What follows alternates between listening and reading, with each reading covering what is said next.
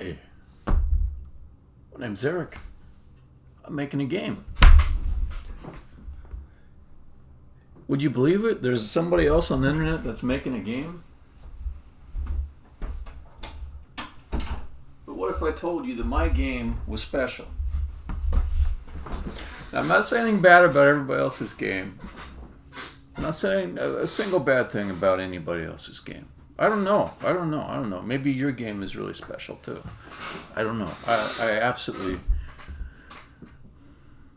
don't think I'm so fucking cool or anything like that. It's just, but my game is so fucking cool. It really is.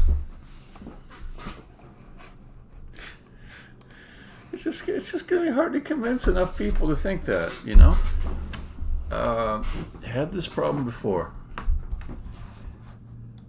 Okay, so it's got not just one new mechanic in it that's fun. It's got like 17 new mechanics in it. You know, it's just got all kinds of shit. The basic thing that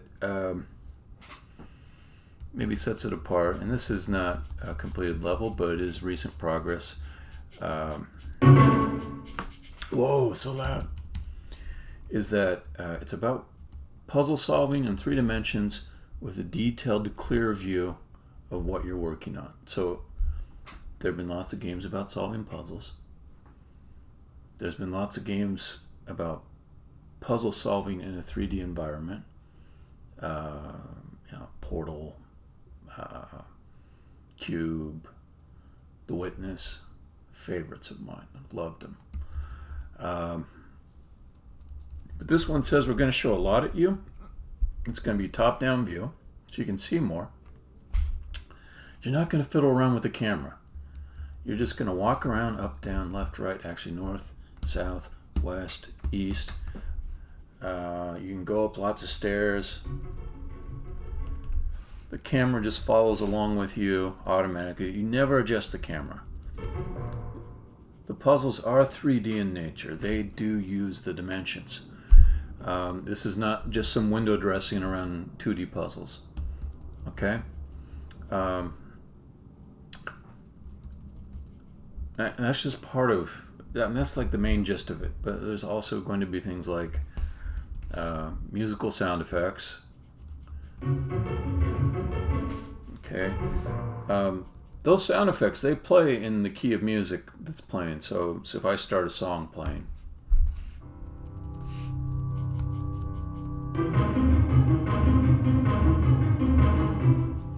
the music changes along too. I don't have any blinky lights on here, but the blinking lights will go along with the tempo. Alright, so just lots of little things that are unique to this particular game. It's stupid to say anything's really unique, but there's a lot of things that aren't seen that often. So puzzle games. I was reading on Reddit the other day, in the video puzzle games, whatever the Reddit is for that. People saying, well, it's pretty standard in puzzle games, you know, like to have a undo key with Z and an R to restart. And in this game I said, no, you just keep playing. You keep playing. And I made the puzzles so that you can't get stuck.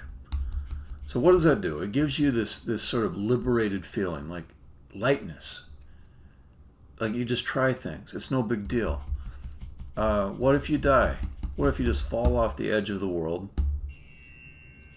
You're back here, but nothing will change. So I can move some things around a certain way, and I go kill myself. So there is some kind of penalty to dying. I mean, you were busy doing something, and suddenly you got to start again from this point. But the level stayed in the same state it was before. So that makes solving a puzzle feel different in this game than it would in other games. There's even things like elements that were specifically designed to allow you to reset different parts of the puzzle so it doesn't get into a stuck state. Okay. I said there was like 17 new mechanics or something like that. 17 is that number I always pull out of my brain when it seems like there's a lot of something. Like an unreasonably large amount of things. And but it might be something like that. It really might. It feels like about the right number. Okay, there's this flinging thing. Now when you fling, you hold down the button, you're instantly there. Wherever the next obstacle is that would block your fling. Okay, that's another thing. You don't see that often in games. I don't know of another game that has that. I definitely just thought on my own, like, would that be fun? I want to do it. That was how I came up with it. I didn't think of a different game and say, whoa, Rupan 3 B-throw from the Drod world? Who are you? What's going on?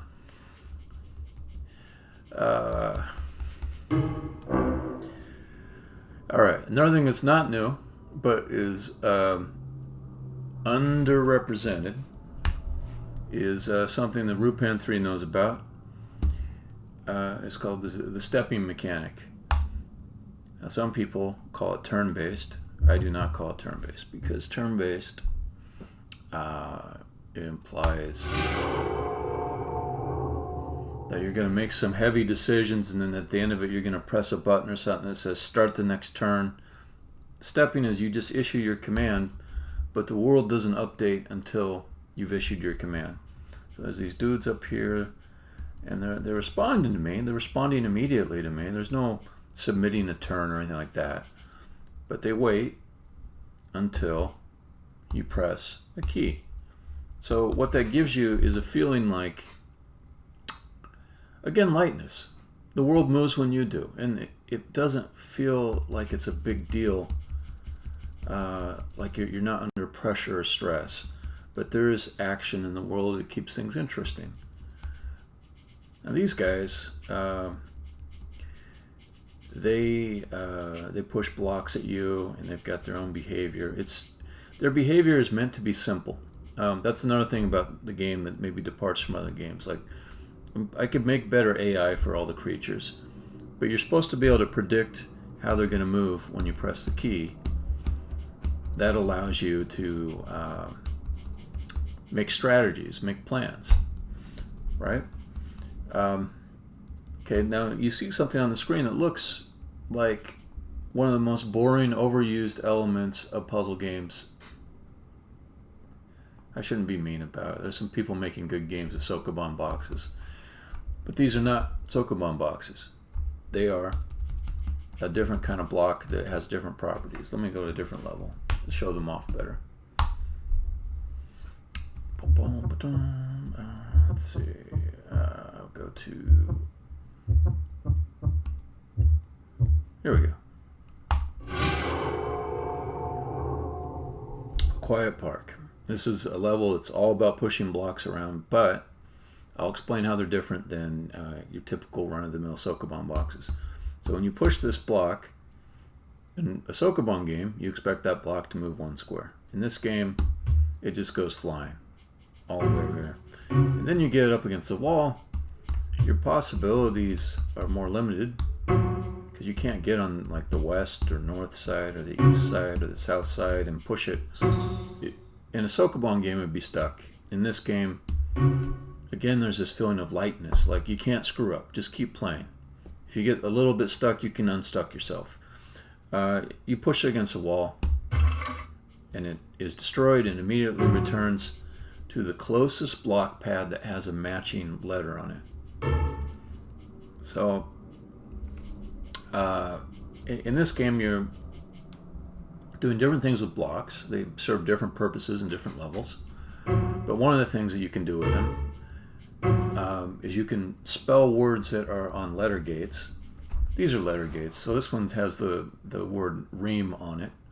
If I arrange the block such that it spells the same word that's on this gate, that gate will close, become solid, which may help you, it may hinder you. Sometimes there's existing formations of blocks that you break up so they don't spell a word anymore, and that opens a gate and that lets you go through it. Sometimes the gates are arranged vertically, and then I call them a letter bridge, and they are meant to be stepped on.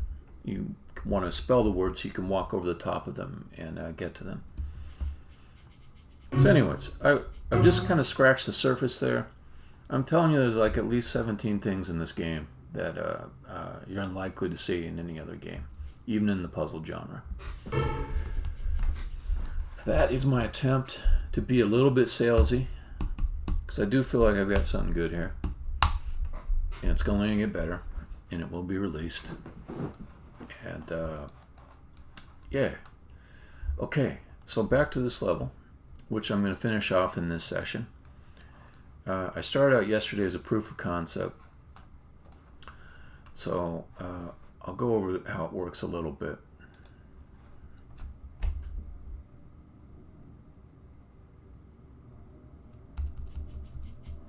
Okay, so there's blocks, which I talked about a little bit, and then there's this thing down here, which is called the altar. When you throw a block onto the altar, it'll destroy all other blocks that match the same letter.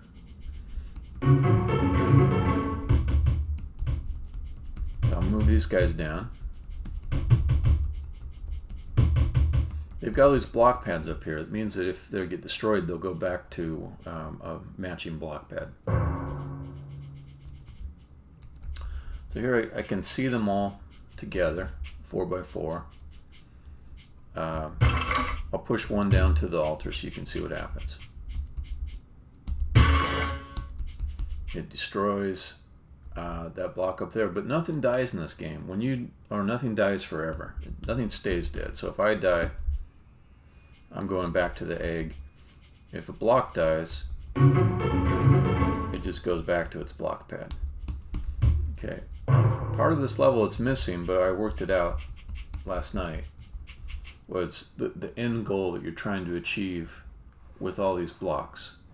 There's basically a bunch of words that you want to spell inside of that 4x4 grid simultaneously. Now the easiest one, and the one that will let you exit the level, is spelling the word love. And so if you look at this and you say, okay, I can remove letters from this 4x4 to try to get LOVE together, kind of like a slot machine where you want the intended symbols to line up. So I see LOVE. I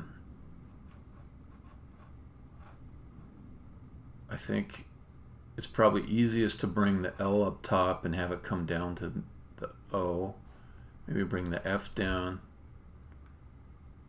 Yeah. Okay. So I'll put the L up top. I did that by just destroying it. Okay. Come up here. Knock the L down.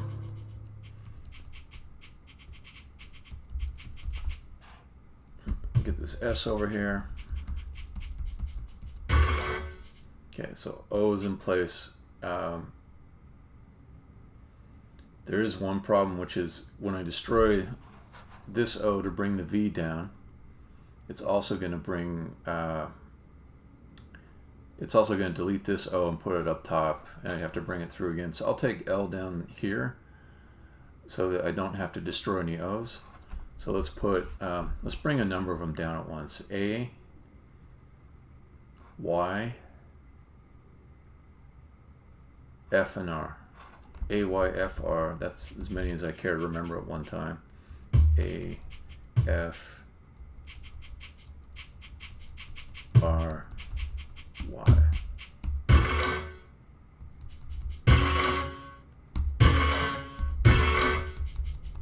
Okay, so I just need one more. And I've got love spelled.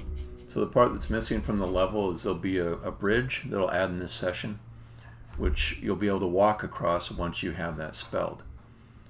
But every level in this game has two challenges to it. It's got the exit challenge for you to exit the level. It's got the bonus challenge, which could be way harder than the exit challenge. In the Drod games, it was a little bit like maybe post-mastery or challenges. But in this game, every level's got both of those challenges. So you always know if you haven't seen the present yet, which is the thing you have to go get for the bonus challenge, then there's more work to do if you want to do it. But if you want to keep going and just come back to it later to get the present, that's fine too. But the present challenge on this one is really friggin' hard. So I'm going to keep going with the level design here and lay out some more stuff. Okay. So I'm thinking I will start the player up over here, and they'll get to see early on how to get to the exit and everything. So let's start building that over here.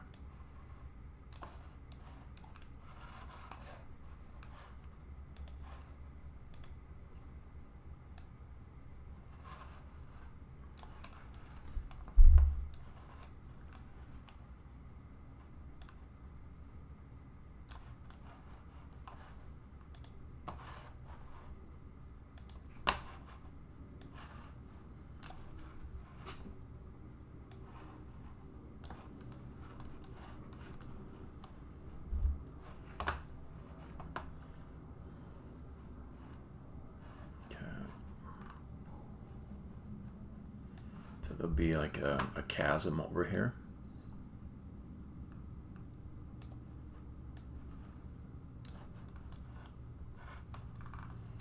And the player can step up over the chasm on this little bridge thing.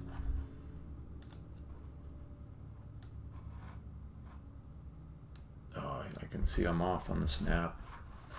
So I'm gonna get these aligned. Boom.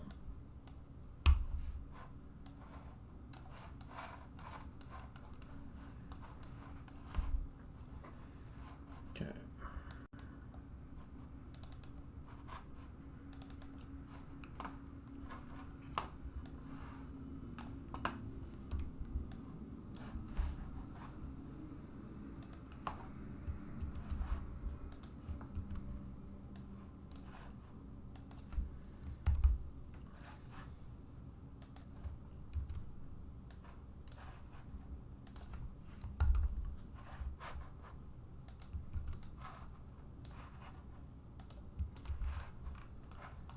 Okay, so that's the easy one.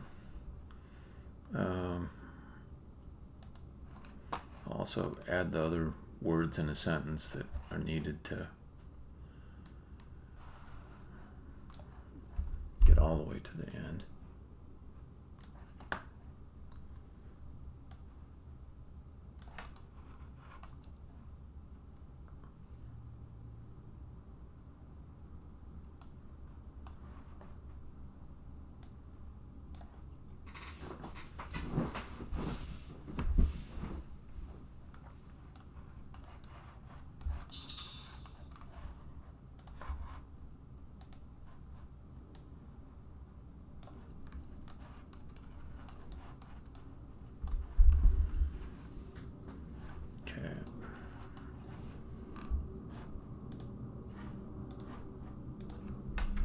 Checking my phone for messages. Could be my wife. It's not my wife.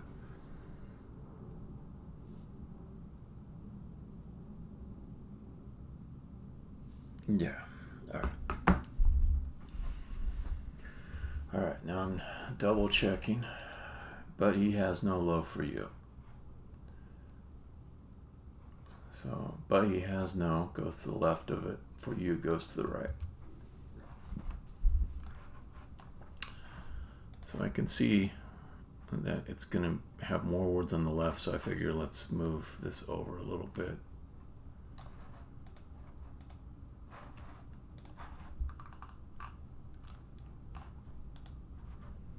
It's like a thing in design. When you know you can't get away with something perfectly symmetrical, you might as well depart from anything that hints at perfect symmetry.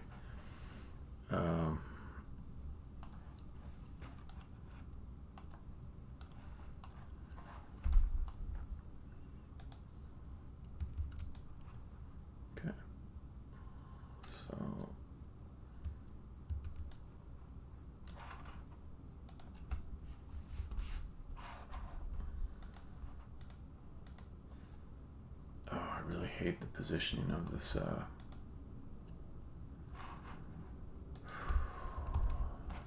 stupid Text Mesh Pro billboard thing. Okay.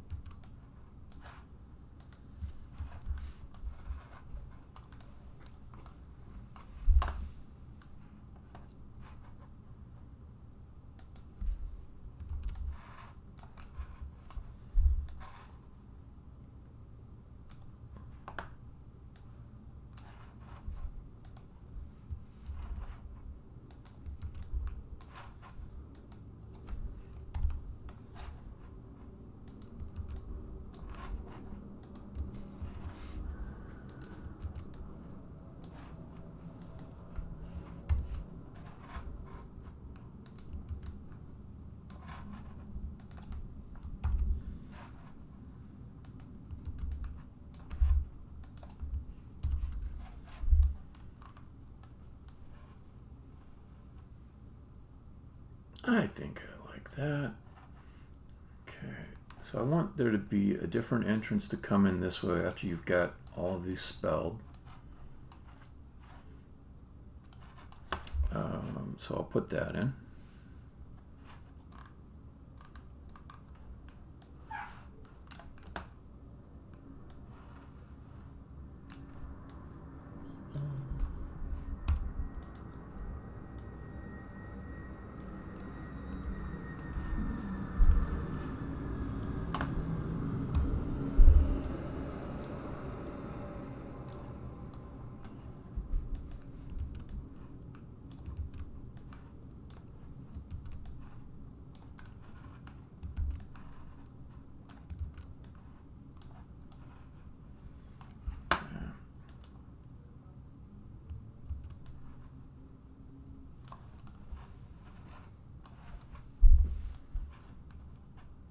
Okay, so in order for you to not be able to short circuit this solution, like just spelling love for you,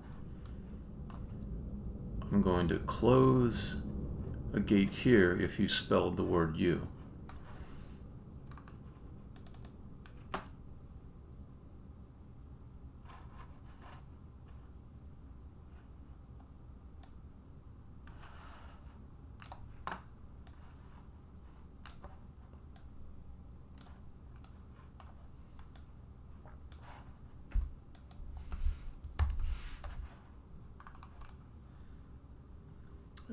That seems a little too close. Let's move it back. And it's probably a little low to be able to read it, so come up a little bit.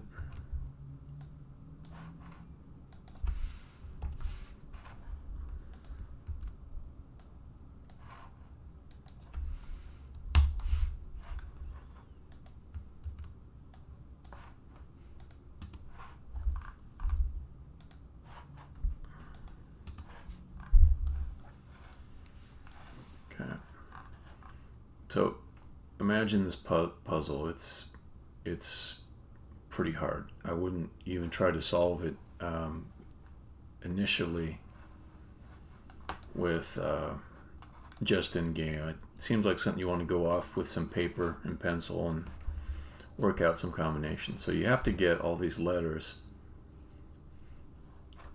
so that they're laid out down here, spelling every single word here.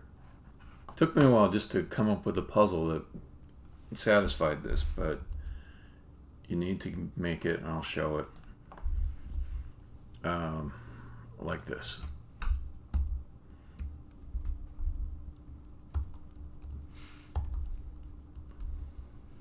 It uses all 16 letters, and some of them it uses more than once. So you get B-U-T, but he has no love for you.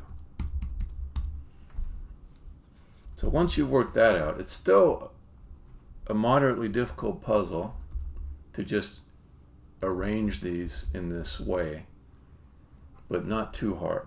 The main thing that's hard is figuring this part out, I think. Just something you can do off screen if you want.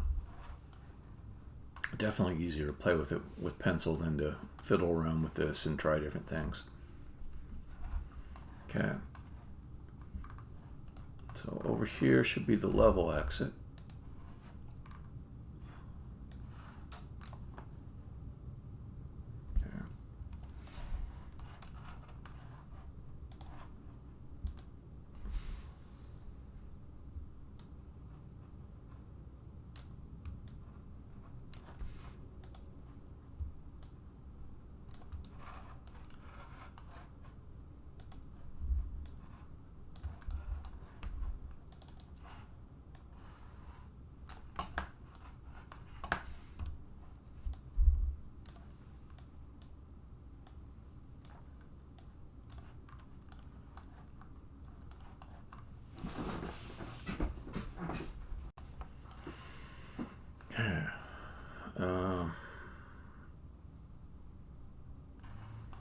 Alright, I've got a lot of casing to do on this level just to make it look good and not have any circumventions to it. So let's start doing that.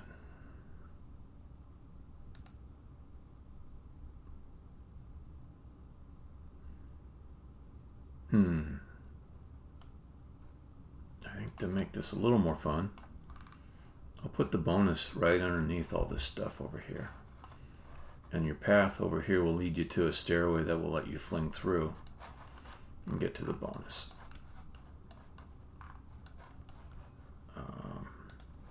Let's just back it up a bit.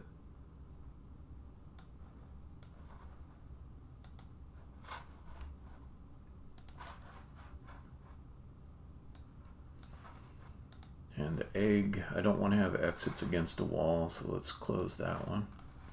Then if you die, you'll just come out of one of these three exits. Okay.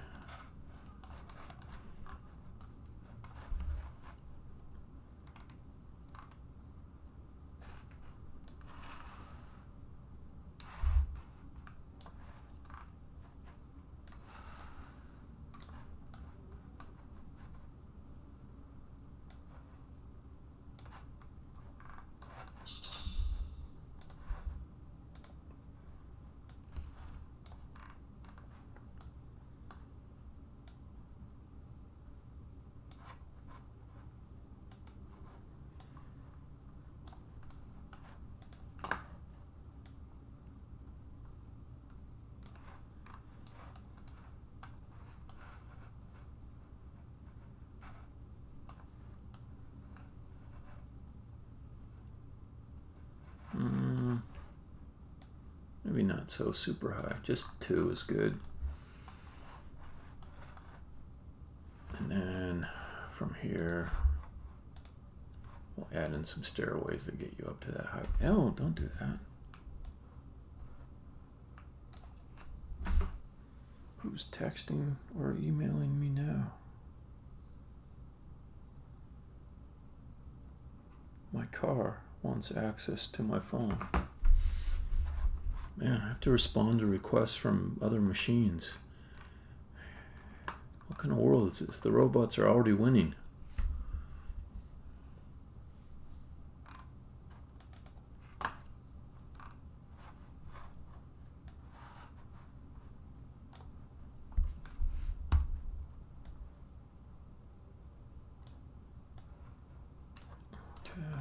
Flip that one around.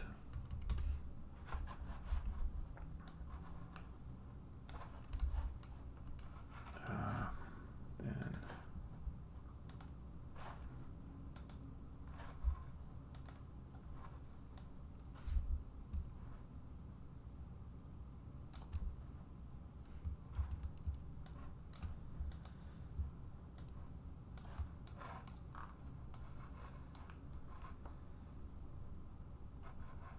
I'm just thinking, do I want it to be a fling, or do I just want a more straightforward walk over to there type of a thing?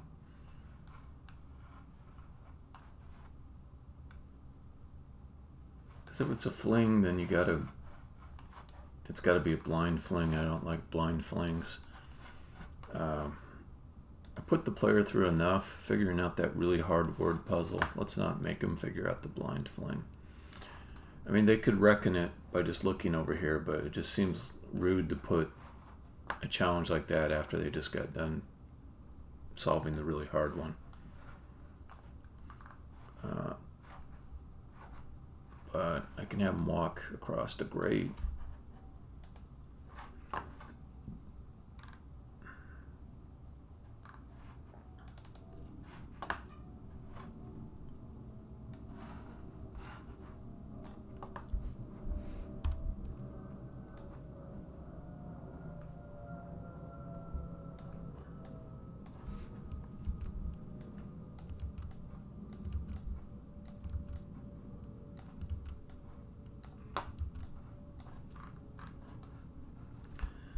Alright, and this is also such a brutally hard puzzle for the bonus. I feel like not taunting the player with the bonus so much. I think I'm going to hide it away a little bit. Let them feel a sense of accomplishment if they just get to the exit. It's one thing about the bonuses. I mean, it's kind of fun to just put it right out in the open where the player can see it, and maybe it's really hard to get to, but this might work against me.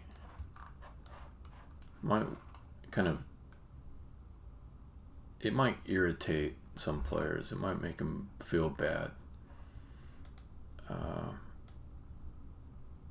about skipping past the meat of the level without figuring out the bonus. So let's be nice to them.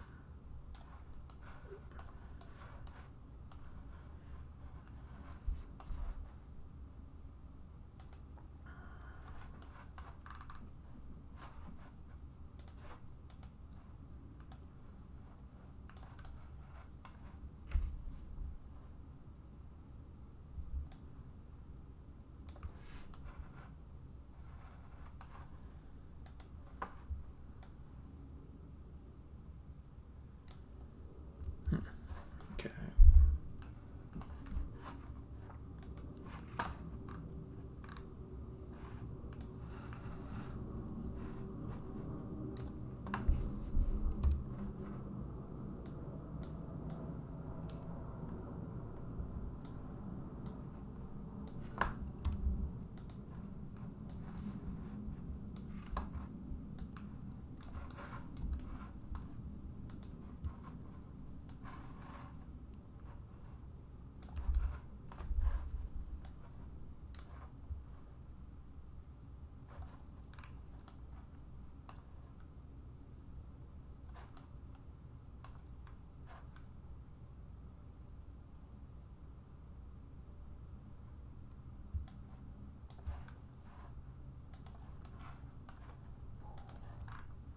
The other thing I want over here is some tall ceilings, because when the player walks up here, I want to give them a pretty wide view. I don't want the camera ducking down close like this. So that should be good.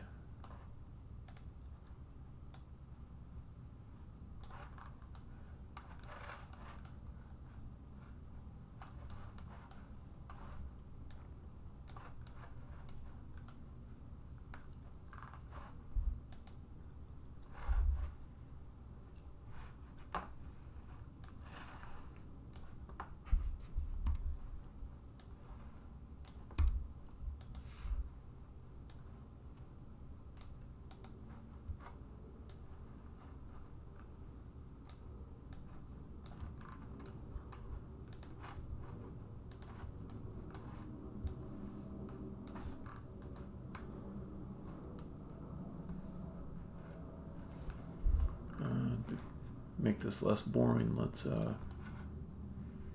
add some more interesting windows in. I will make an extra tier of them.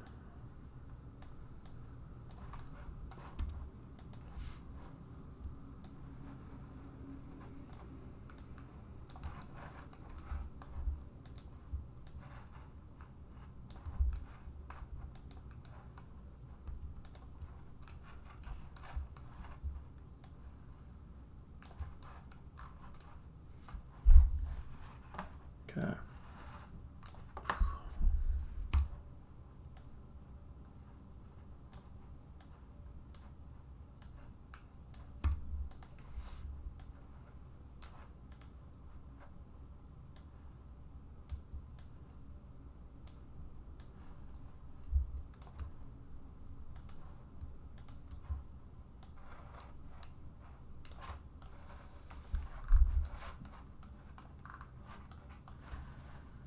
Windows.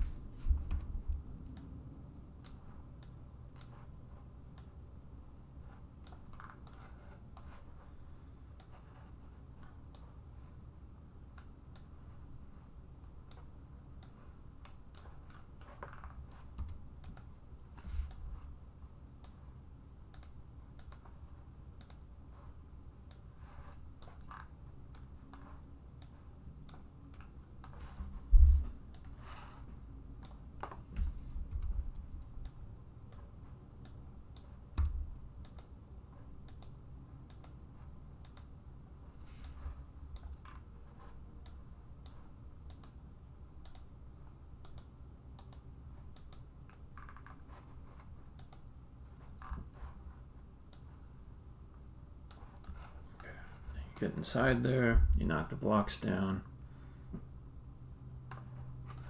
I need to redo the floor over here a little bit.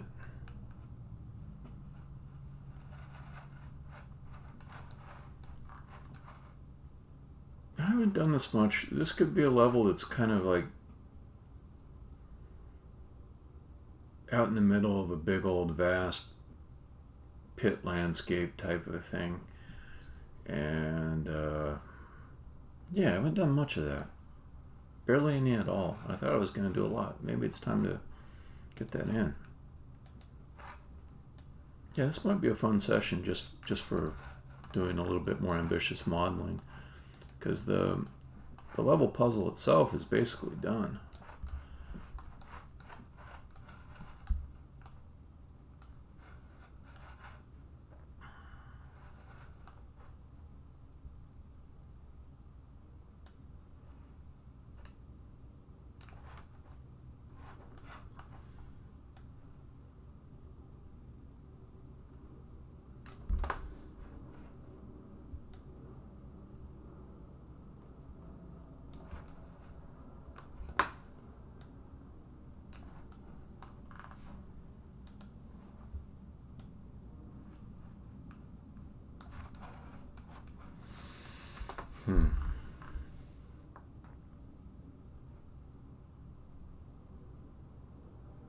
Do I want the stairs to come out like this in one big long thing, or should it just wrap around?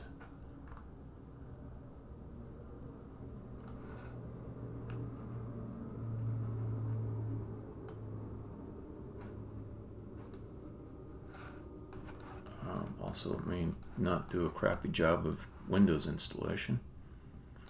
One more left.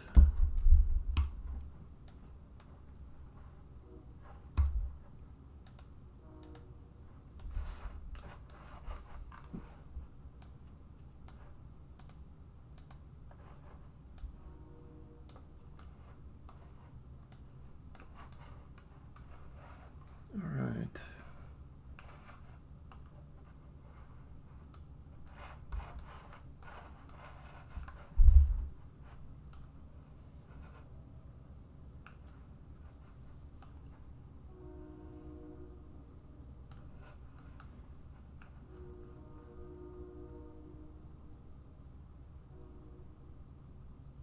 I'm kind of going back and forth on it.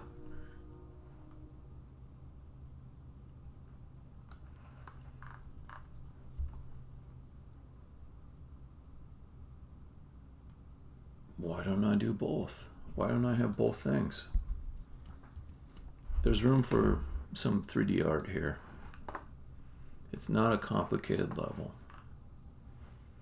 I mean, the solution's quite complex, but the rest of the layout and everything is on the simple side, so I don't mind adding some flourishes.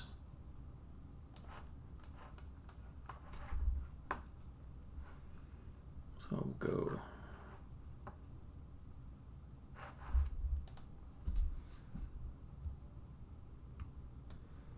stairs down to a landing, intermediate landing.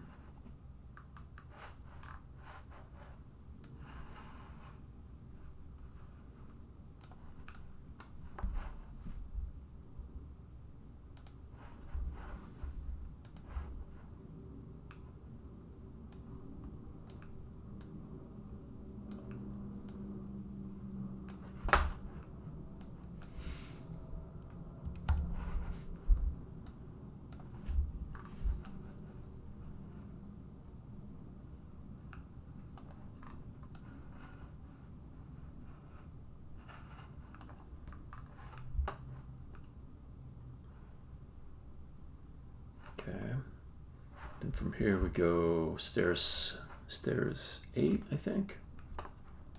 Stairs 8.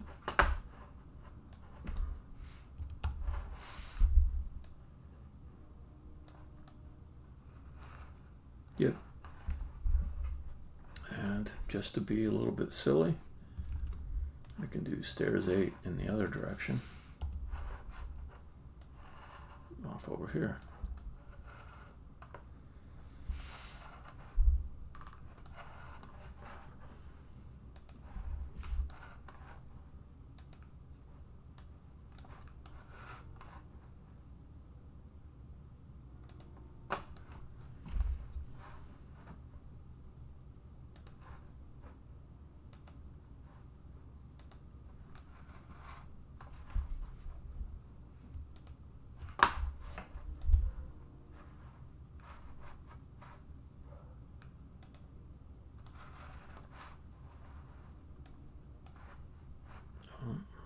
Okay.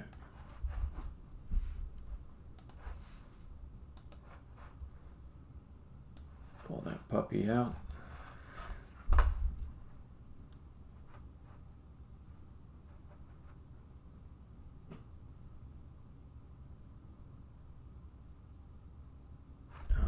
Okay.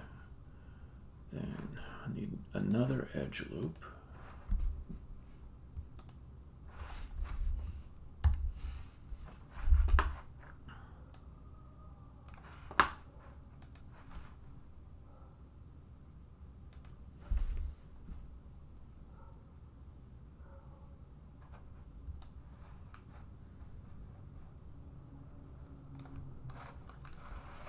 Yeah, I've got an urge to be a little bit ornamental on this level.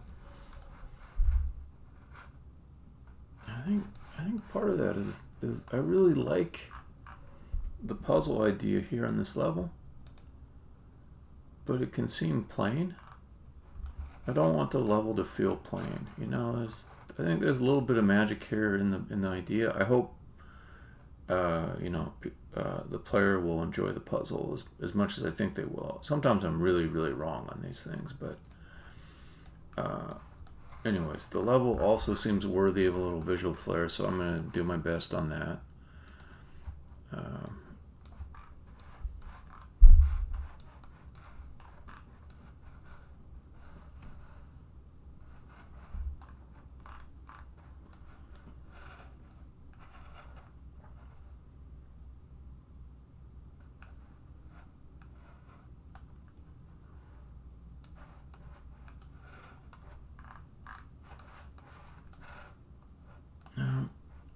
I could do something here that would make playing the level more convenient.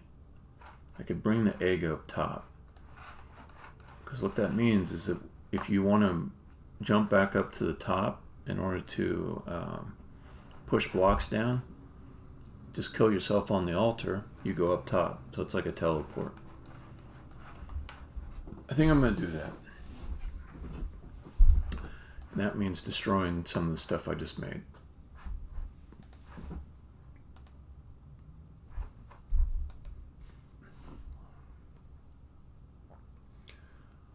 Why would I do that?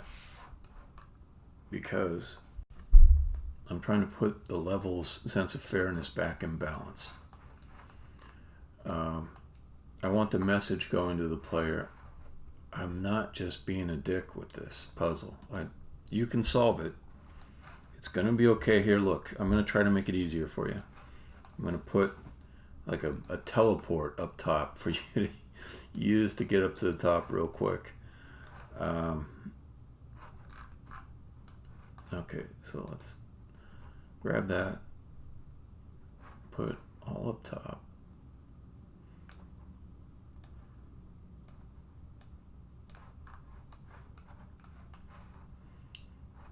And as a starting point for the level, it's not bad.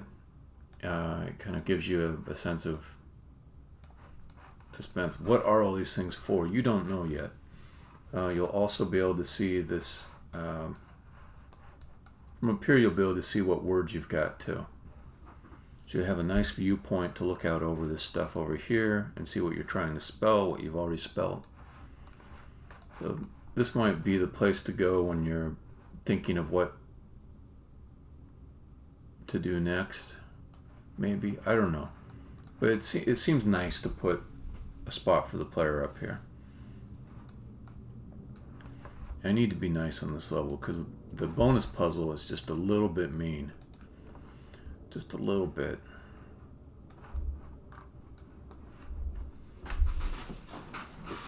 I never aim to be mean. Somebody called Drod the Dark Souls of puzzle games, comparing it to a mean game. Dark Souls. A game where when you rest, all the enemies are recreated. Nah, I don't like to be mean. That's not what makes puzzles good.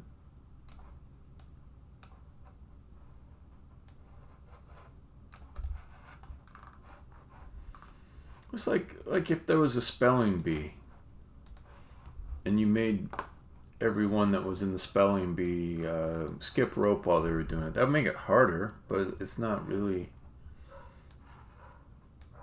a type of challenge in line with the spirit of the competition. So if the level's hard just because you got to run all over the place to get to different things and there's a lot of repetition, that's like making spelling bee contestants skip rope. I'm going to give you the tools to solve it. It's your marvelous brain that we want to display here, not your ability to do tedious things.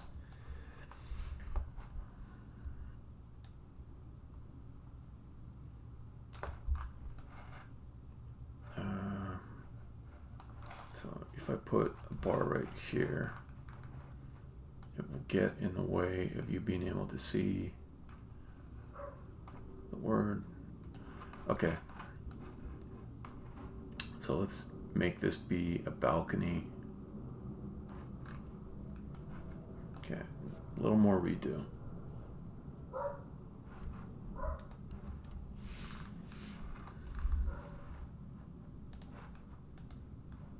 This will be a balcony with a rail.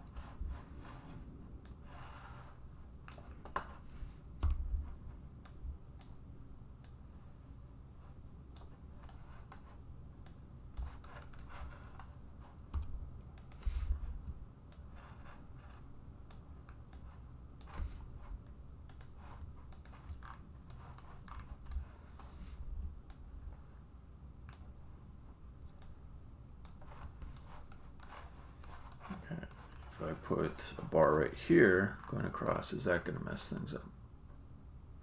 Well, if you go underneath of it, it'll duck down, the camera will. Maybe you have to go a little further to see. I'd like a view where they can see the whole friggin' thing. Where is that viewpoint?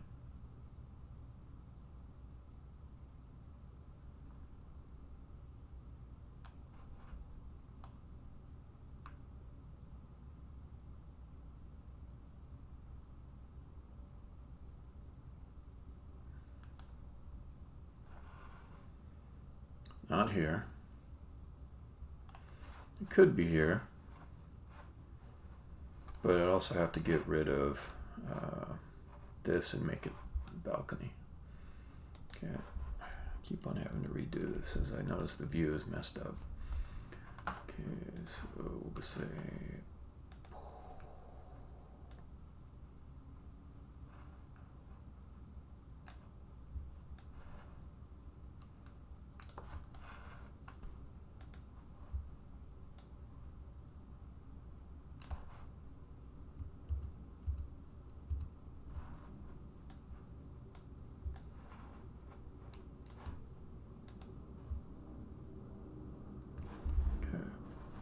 here we pull it out, then the wall comes up here.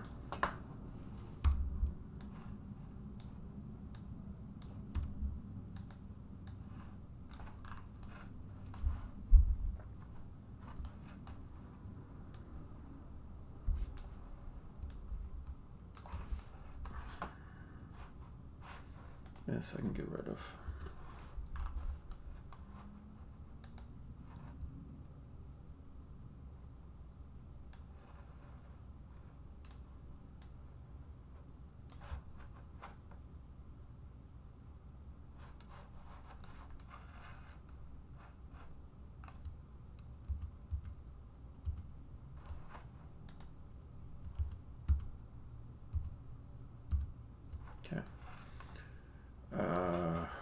Okay, yeah, like that. Cool.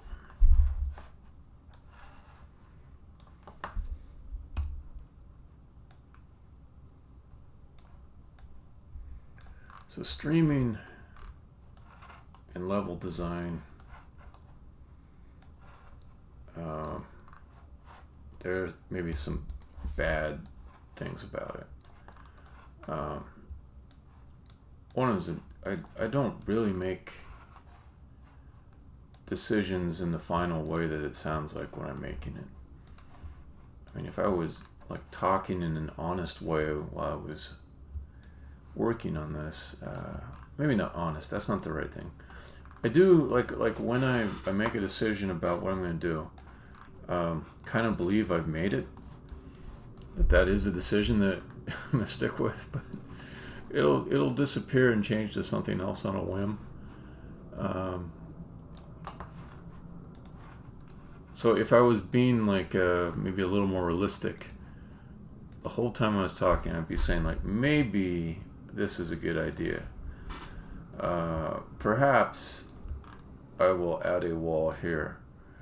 For now, I'm going to try this. It'll just be that all the time.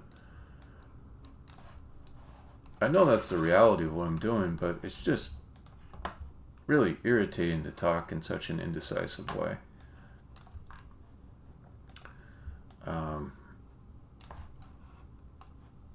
So I just don't do that. I'm just prepared to look foolish instead. I'll say, oh, I definitely want a pillar here. And then 20 seconds later, that pillar's got to go. I cannot abide that pillar. It's the wrong idea. It was always wrong. Of course that pillar has to go. And then 20 seconds later, maybe we want that pillar. Maybe we really do want that pillar. So, I guess I don't do these streams for credibility anyways. So, I think it'll work out. Let's put them on the north side to start out. And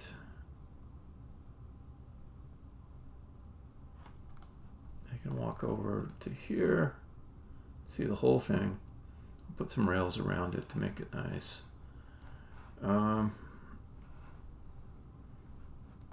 But honestly, let's do south side, because that'll be the way for the player to get to these blocks really quickly. So maybe it's not the best place for them to start, but it's a good place for them to conveniently get to the blocks to push them back down. Bring M up here.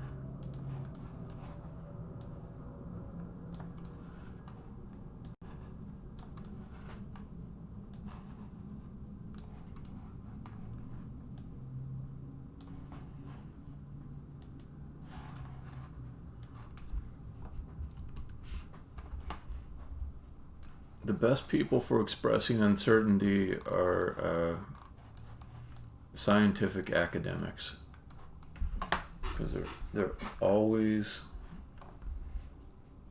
worried about being seen as someone who jumps to conclusions or doesn't back up their thoughts or speculates. It could destroy them to have that stink on them of someone who just spuriously makes claims. So you hear one of them go on a podcast or something like that, and the host will ask them,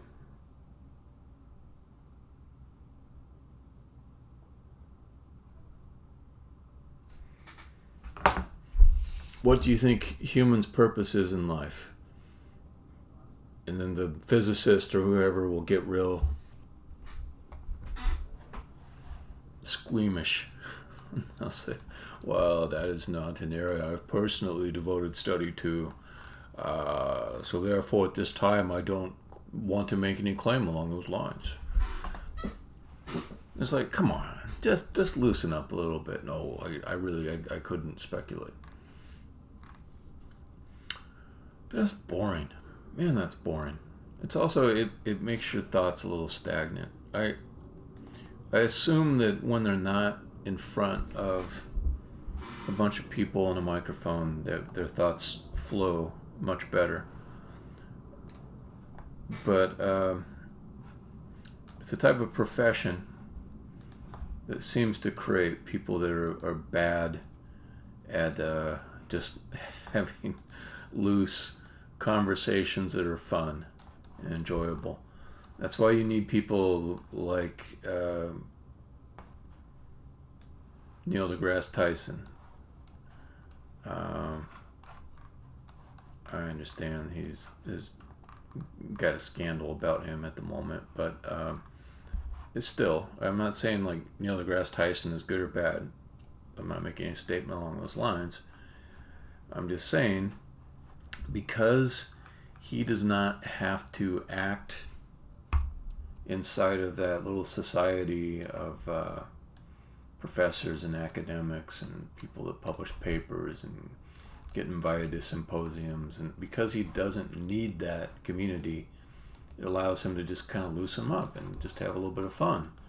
Maybe every once in a while say something that isn't 100% right or isn't said the right way. Same thing for someone like Eric Weinstein. He's outside of that community. He doesn't need it. So it's not a big surprise that when you get him in front of a microphone, he has like a kind of a natural gift for talking and putting words together. He's a lot more fun to listen to than someone equally, even more accomplished, maybe with better ideas in their head about physics and mathematics. That's not a reason to hold it against. That's not a reason to hold against the loose talkers. That they're loose talkers, like, unless they're really being deceptive.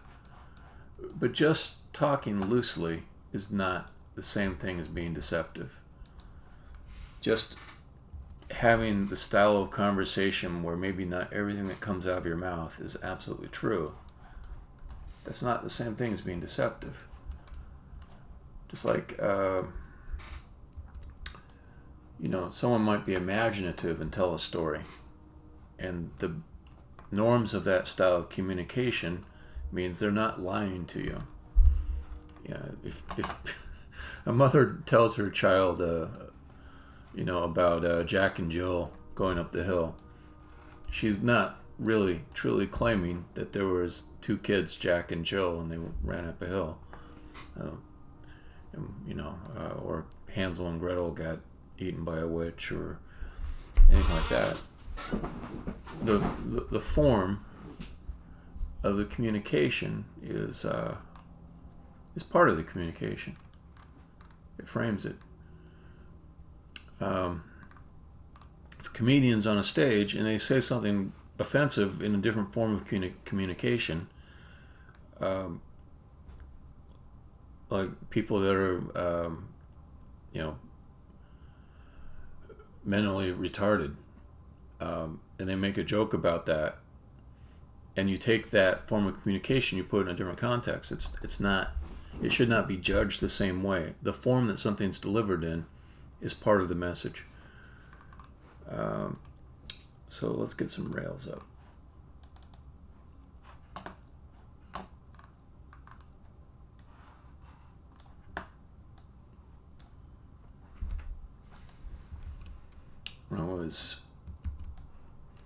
When I was a younger man in my 20s, when I got out of high school, at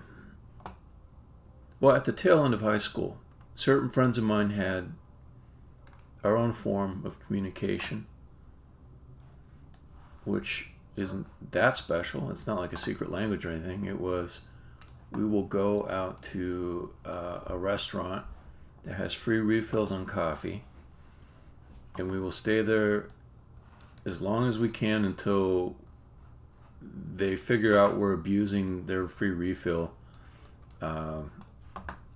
policy, or we somehow manage to get janked out on the caffeine and just need to go home.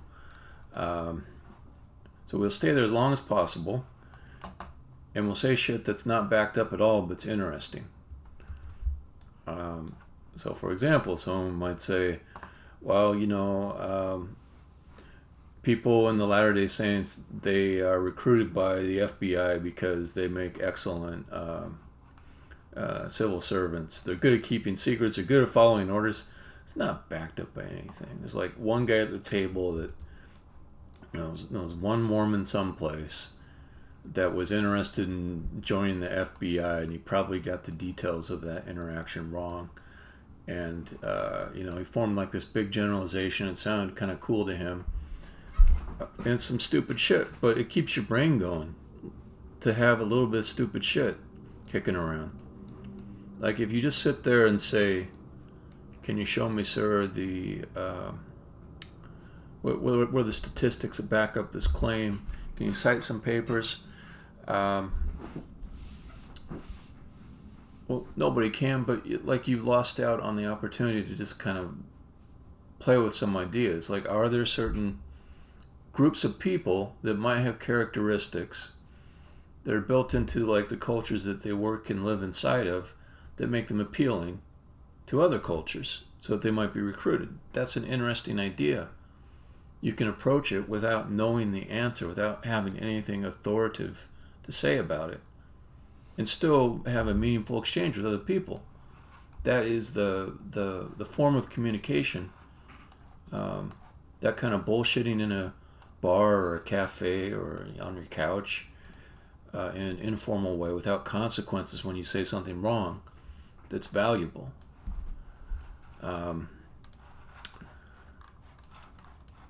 So what point am I getting to? I don't have a big point. I don't know. I'm rambling a bit and I'm doing two things at once. Let's go back to level design. Okay, I've got this railed up. I've got a nice starting place here.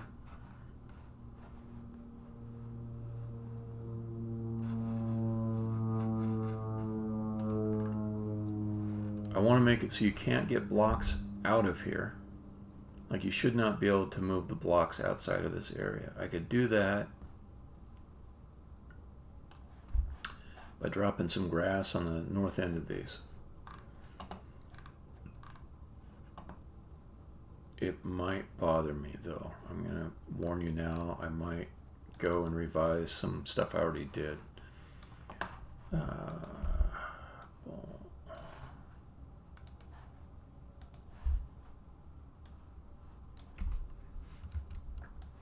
Question is, do I hate that you have to walk onto this grass before you can walk down the steps?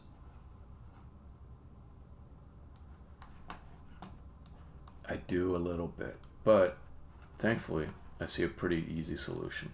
I can take this guy out. Don't have to redo everything on this. Just bring this out. You just walk around it. So this is like you walk in the front door of a house and there's carpet right at the edge of the front door. It's got that kind of feel to it.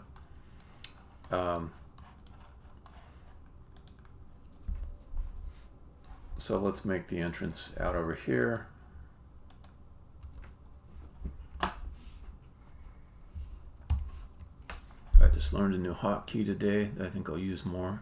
Insert edge loop. I won't go hunting in the menu for it. I'll just use the hotkey. Okay, and then down here, stairs need one thing underneath them.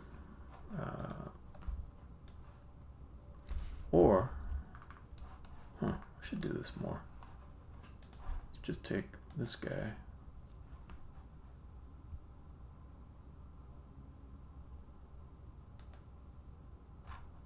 Maybe not. Let's try it this way.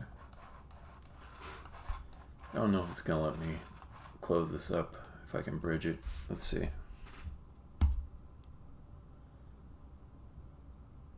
It gets upset at me. Never mind. I'll just drag the floor underneath it.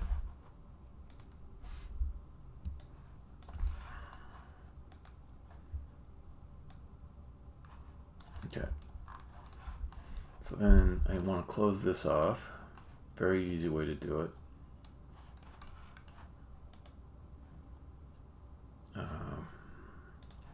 Let's do another edge loop.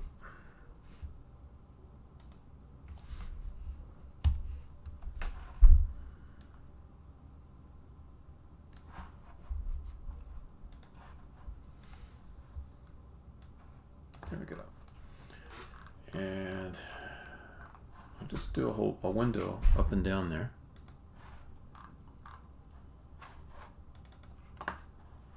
Window west-east, drop it in.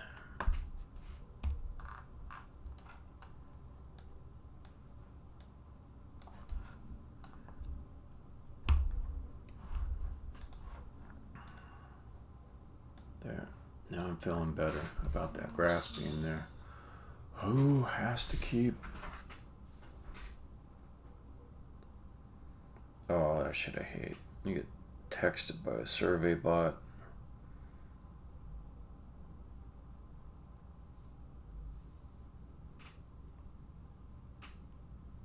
Block. Report as spam. Fuck you. Political surveys. I want there to be some penalty when they even try to do that shit.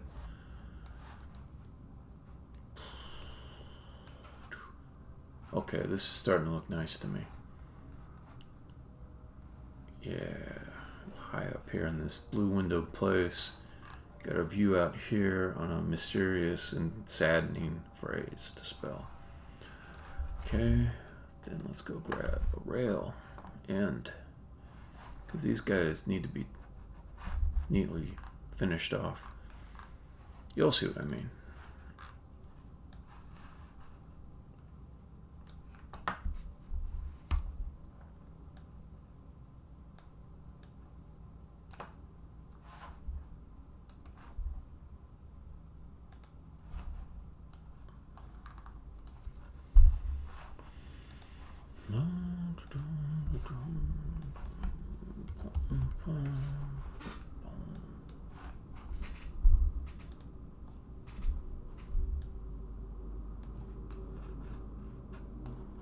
The rest of these I'll delete.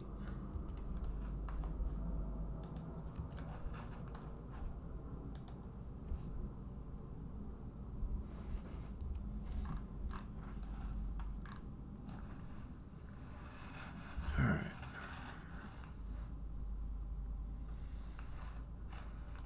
So this is one where I know that I want there to be a giant, crazy texture on the floor.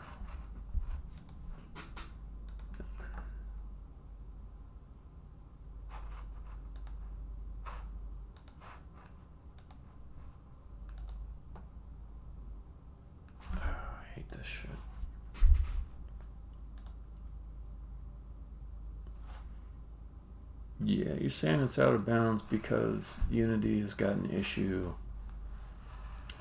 figuring out an object that was just added with colliders should be able to raycast again. So I fix that by hitting play, and then as soon as it starts up, I hit unplay again. And then I run my preprocessor again, which generates a height map by raycasting against all the geometry of the scene. And now it's fine. And that's just because there's some issue with Unity. It's like, it's not real yet, they say. First I thought I had to do with ProBuilder. It has nothing to do with ProBuilder. I can take a regular Unity object, like a cube or something, throw it into the scene, has a collider assigned to it, no raycasting goes through it. Hit play, come back to the editor, then it works. Dumb. Fix your bugs. Fix your bugs, Unity. Okay. So this is the route to get to the bonus. Okay, cool, but what I need to do is get my background in there. So I've got an empty game object here, but there are things I can put inside of it. So let's see. Level. Let's see. Meta. Scene org.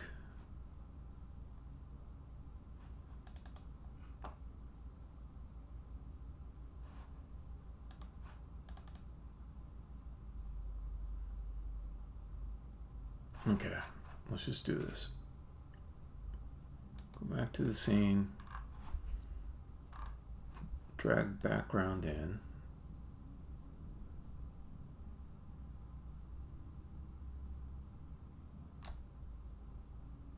Okay. Delete this background. Unpack this background. Rename.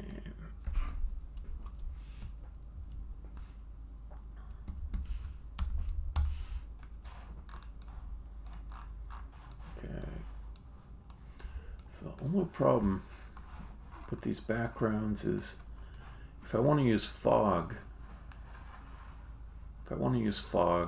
with it, it does all this crazy stuff with the background texture kind of jumping in and out. Let me see what it looks like without fog. Much as I like the fog, I mean, it's pretty.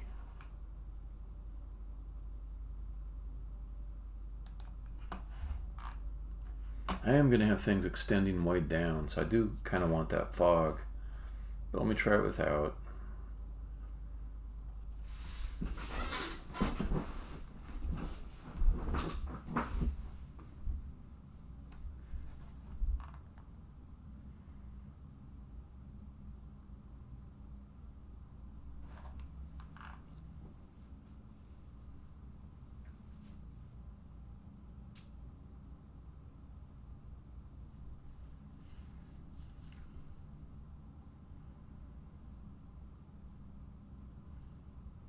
Okay.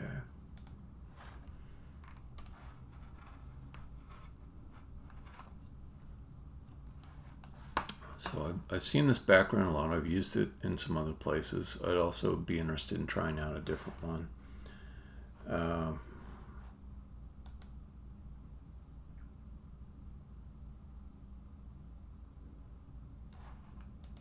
There we go. There's the other one. Yeah, let's do this one. Okay.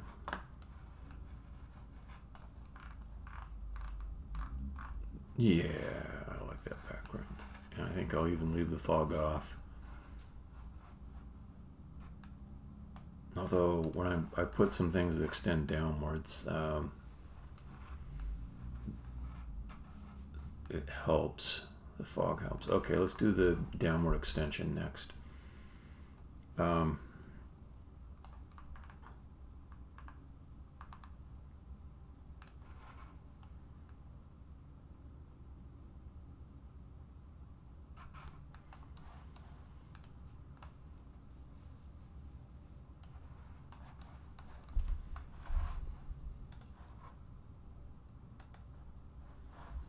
I'm going to extend it a little ways down,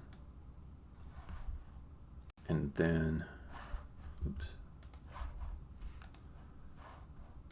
create a new object that will not be part of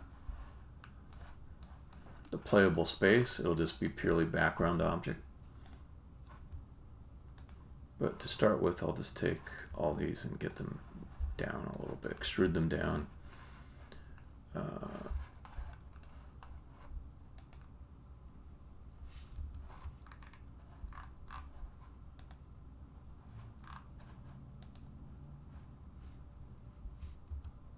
Oh, I hate it when it does that.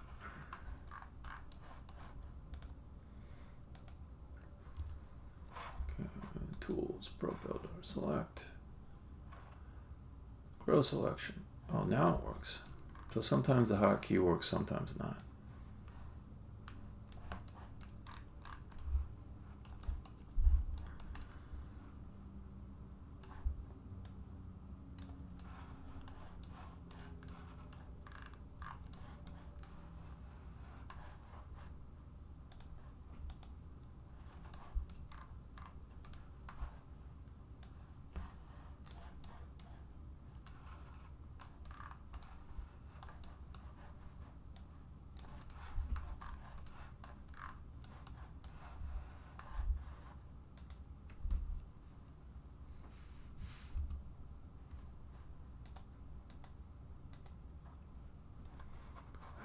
I do not know what the reasoning is for why it sometimes works and why it doesn't. So there's the hotkey, but sometimes it just will not work and I have to select it from the menu. Everywhere software's got so many bugs in it.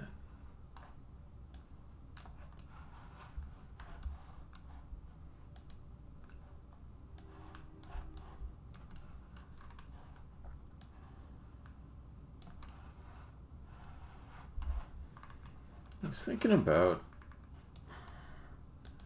a Jonathan Blow talk, which I like quite a bit, about the collapse of civilization. Don't do that.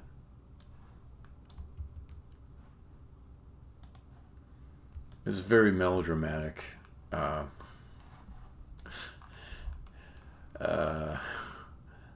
Topic name. It's a problem with yes, it's a problem with everything, clickbaity journalism and trying to get people's attention all the time. But anyways, the talk he gave was that it's possible to just lose knowledge in a society, that it can just be gone, and not because like any action was taken to destroy it, but just more the opposite. No action was taken to preserve it, and you maybe weren't even aware that it was gonna go away.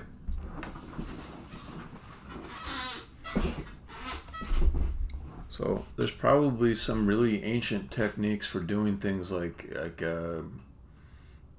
drilling a tunnel through two sides of a mountain and having it meet in the middle, and have all the orienteering match up so that your tunnel is going to meet correctly.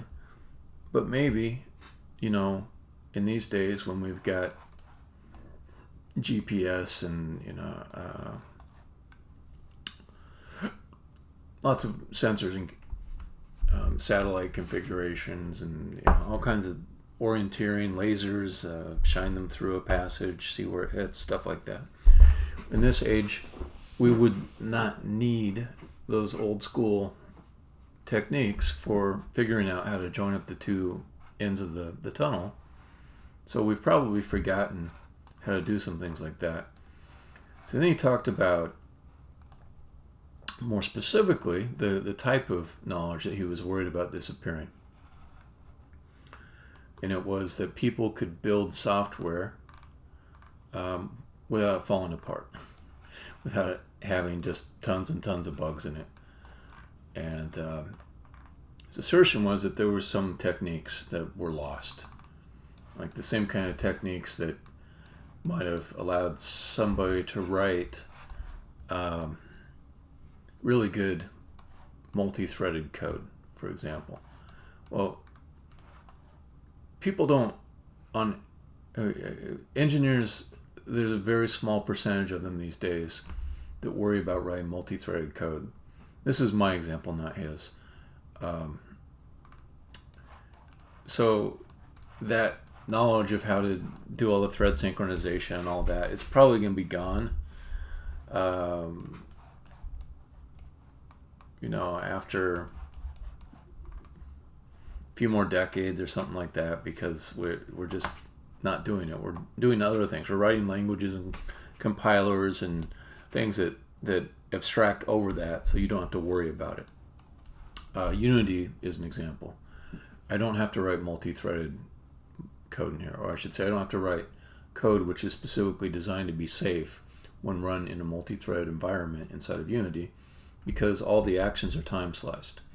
Now, the people that wrote Unity, they do have to be aware of multi-threading. People that are writing in Unreal Engine or C++ and C, they probably want some awareness of multi-threading too, depending on what they're trying to accomplish. But even then, like, your style of coding on a game is going to be that you've got a main thread which performs things which update in a loop, and the loop gets called again. You do certain things, you get the input, you update the data structures that will affect the rendering, you perform the rendering, repeat the loop.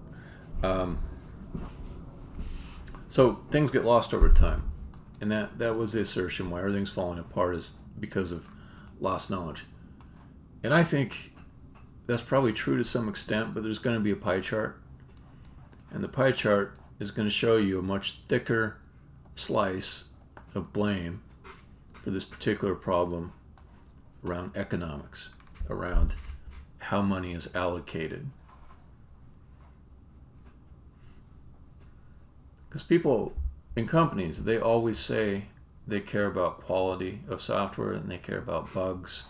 They want their software to be strong and tough and robust and highly available and scalable and all that. But when it comes down to it, when they're figuring out their budgets and somebody has a project and they say, we're going to spend 2 months to redo this module to make sure that it's very robust and safe and has good architecture and it's not going to blow up and crash. Then somebody a little bit higher up says, so a portion of our money, a sizable amount of our money is going towards the past and we want to go to the future. You're saying go back to stuff we already did that already resulted in a certain amount of value to our customers and make it better, and don't make new stuff. Don't put new stuff into the product, which is going to allow us to sell more and to to represent that we have increasing value.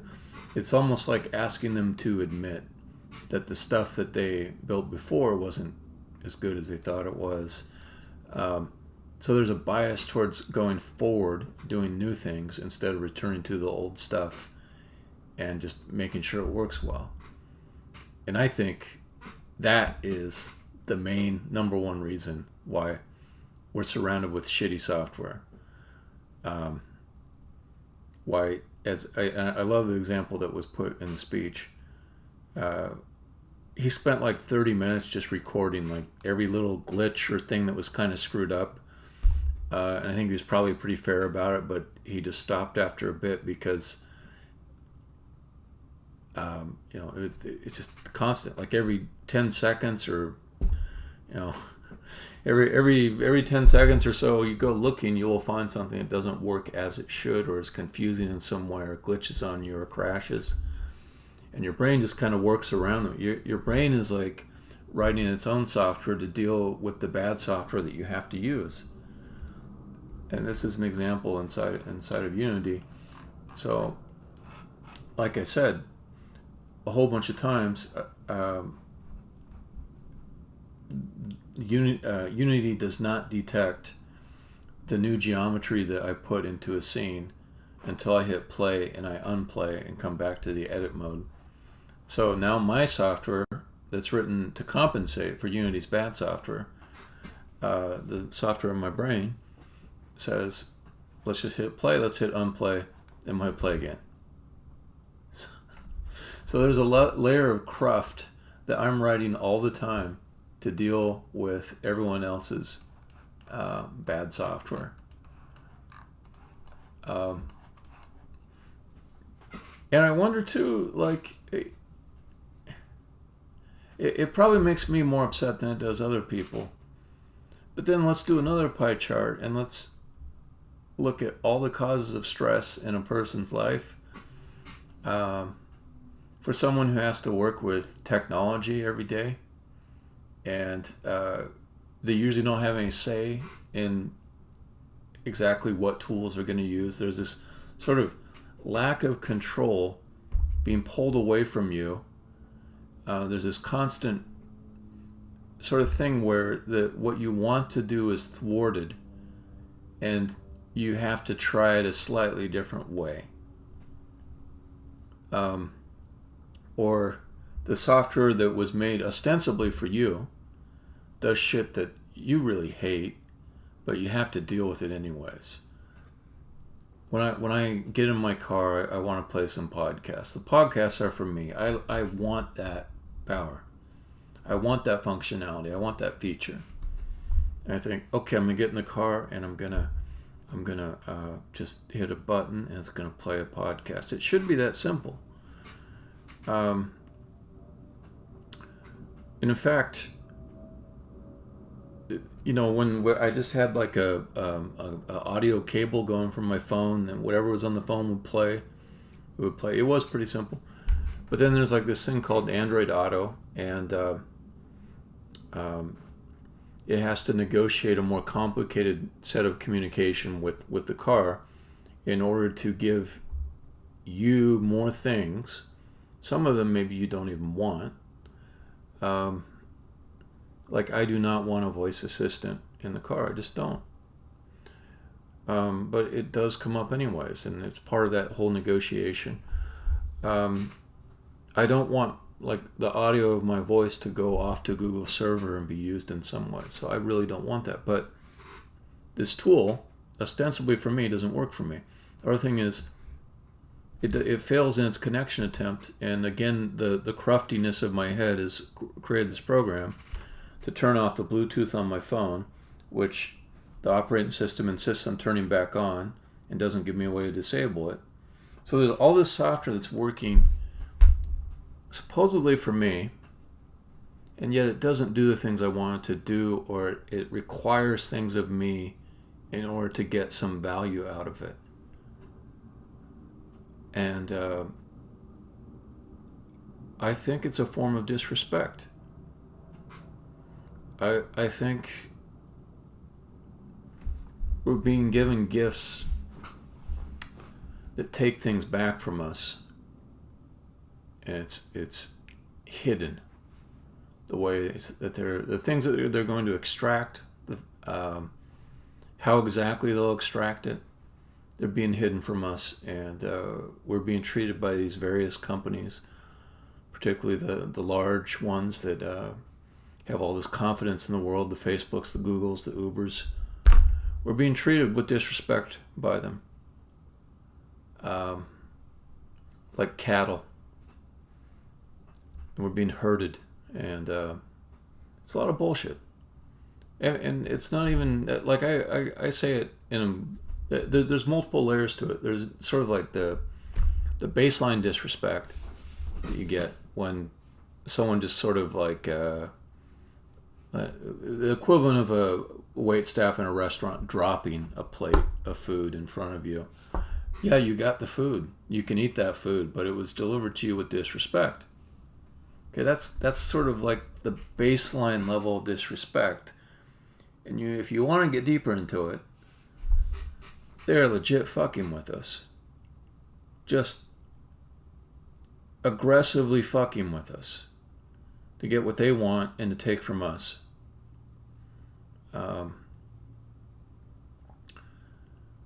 And that's more debatable, and that takes more analysis. But that baseline disrespect is there across the board in all these interactions you have with technology, and when they move on to the next thing that they think is going to bring value, and it's doubtful that it's going to bring what you wanted. It's going to bring something that they want you to want, or it's going to entice you to behave in a certain way that brings more clicks, that gives them more advertising opportunities. They're not oriented towards us. That's partially our fault, because we haven't been smart with the things that we reached our greedy little hands towards. So that's my large rant. I'm sorry. It goes playing through my head all the time. I'm in the business of creating software for people to use, and I see the same insidiousness pop up inside of my day job as well. I want to escape it where I can. I want to fight it where I can. I want to just passively, aggressively push back against it when that's appropriate. Secretly do things the right way according to my own values when I can. Speak up and sway people to do it the right way where I can. And it's with everything in life, it's some combination of all those things. You think like you're going to take a big Howard Rourke style stand and the world will value your work so much that it's meaningful for you to destroy the skyscraper that you built so no one else can have it? Nah. The world probably doesn't care that much about your output, and you can be replaced by somebody else. They can do your job. And even if they can't do it as well as you, the people that are in control of assigning the work and extracting the value, they are inclined to believe that you are replaceable, and they'll go with that. That's their default. So if there's something special about you, don't think it matters to them. It might matter to the final outcome, but it doesn't matter to the people that are caught up in their power games.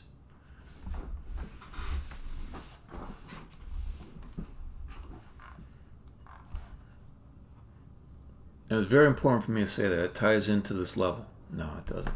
It's absolutely unrelated to this level. It's a crazy rant that nobody will hear.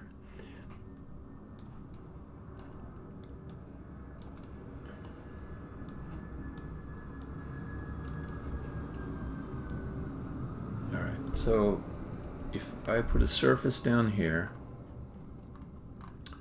so my aim is to take all these extruded things and get them all into one column. But I want that to happen in an interesting way down here. And to have some integrity with the rest of the levels in my level design conventions, I will need to put spikes on top of some of these.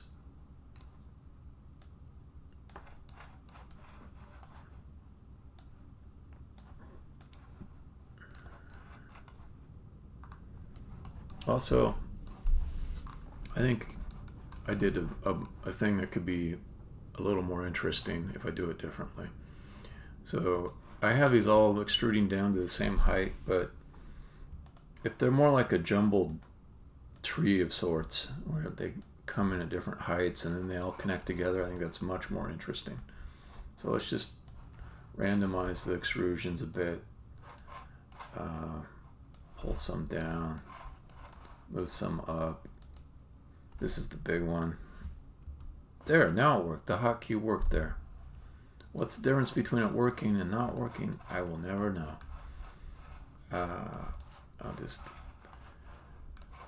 update my own crufty, wet software in my head to try to deal with the inconsistency of the software running on my computer.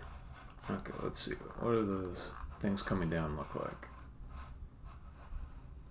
That's a little better. Alright, so if they're all going to be like that, then let's just drag some geometry down and hook it up. Okay, so that, like so.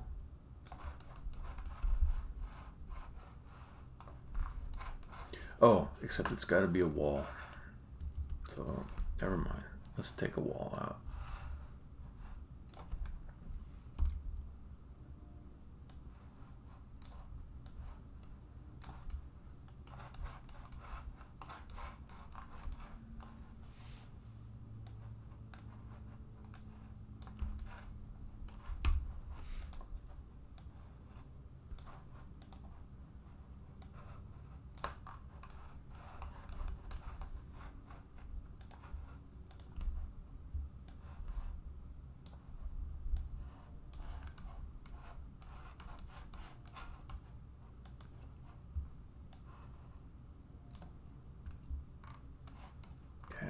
I think, where do I want the main column of this thing to come down? I think over on this side.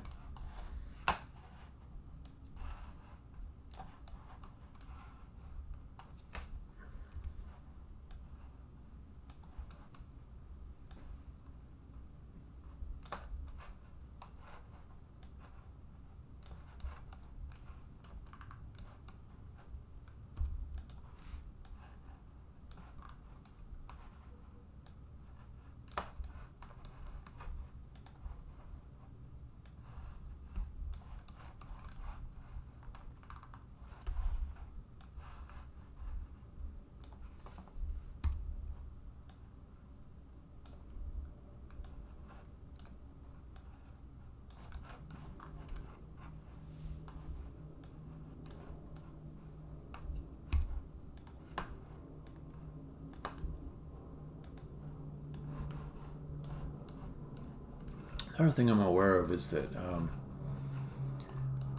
I have not put a lot of polygons into this level. That gives me a little more freedom to work on the background and maybe get slightly nuts with it.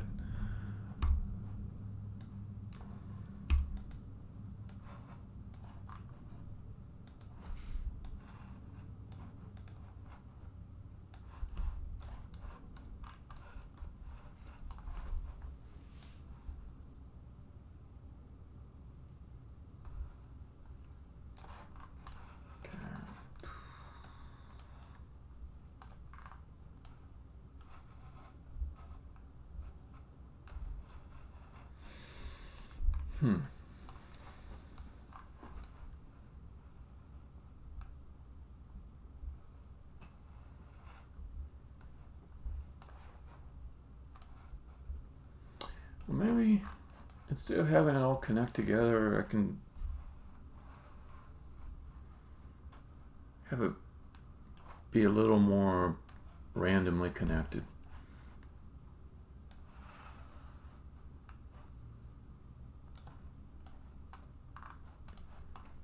Oh, this over here I'm not done with. I have to have some kind of path to get to it.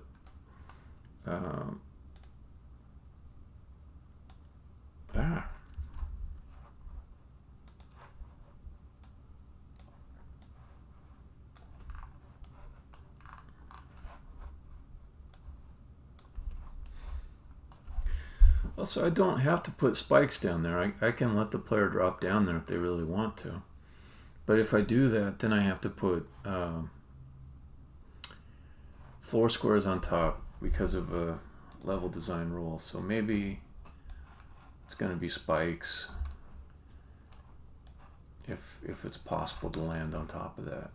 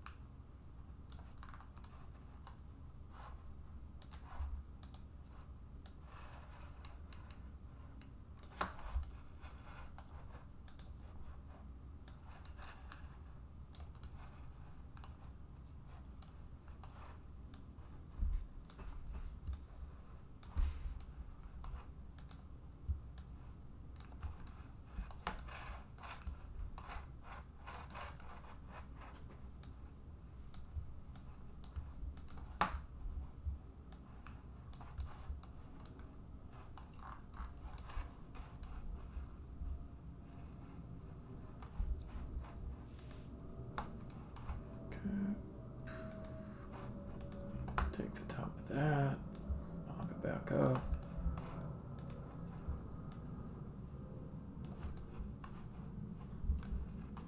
I think have it come out to here.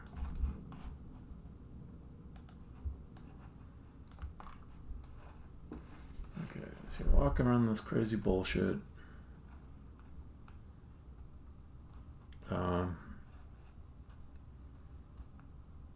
The walls underneath actually make the letters easier to read. See if I really need it though, in order to read those letters, because there is maybe a small problem with like two types of backgrounds underneath it.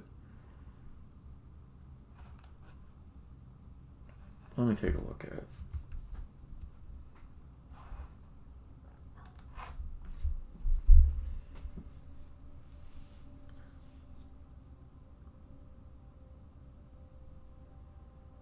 That's a real nice starting view.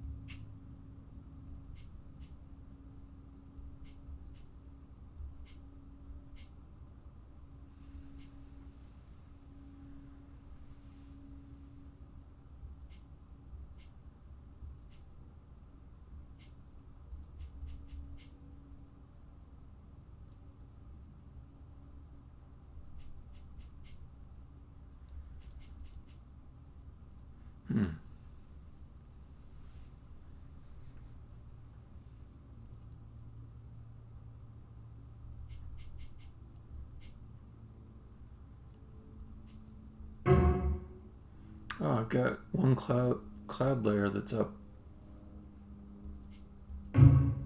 pretty close there. I kind of like. Height map thing I was talking about.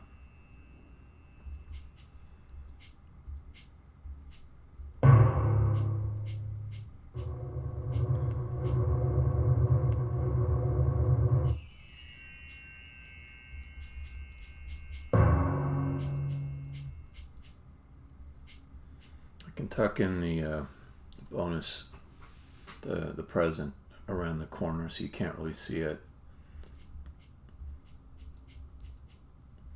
I think I want to move the U gate up a little bit. In fact, I could move it right here and make a little doorway of sorts.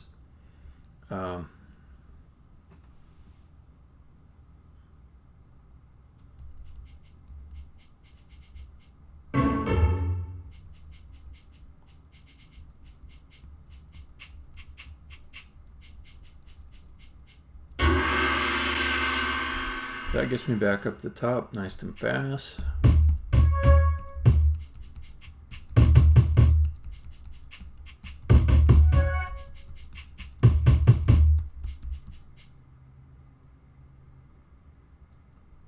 Huh, words are already being spelled. What got spelled?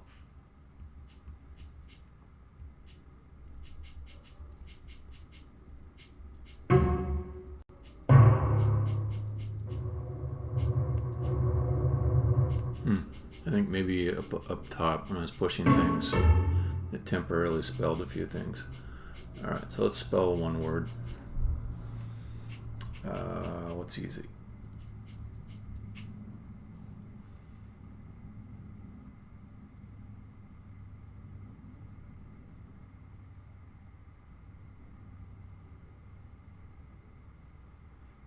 He is pretty easy. O-Y-N, I'll spell that.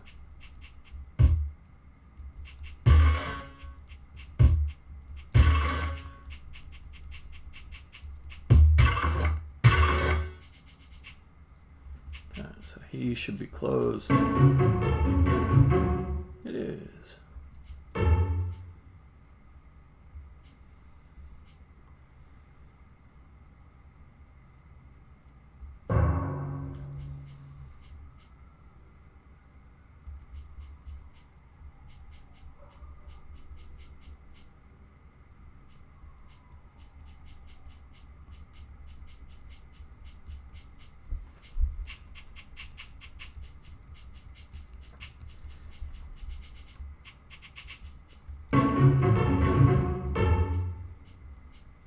Alright, then the question is, do I want to stick some buildings off in the distance? Alright, I got some things to fix. Some things to update. Let me go back to that. Okay, one thing was, let's put like a doorway type thing. So a door frame, a gateway frame. Let's move that.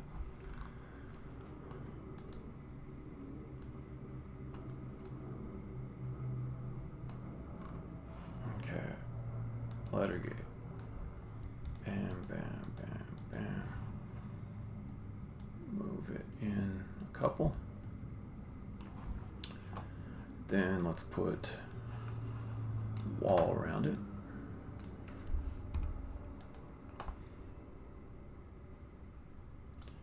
Oh, thank you. Yeah, I have an outline shader that does it.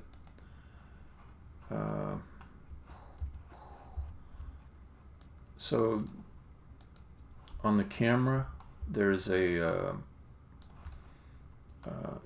post-process shader, exactly. And it, I'll show you the code if you're interested.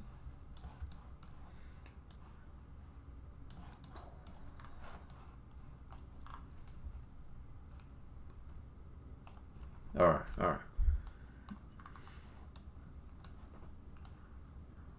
But yeah, that's custom, but I think there's some shaders out there that oh, okay, you don't like the post? curious, why do you not like the post? Maybe because it applies to everything, like you lose control, right?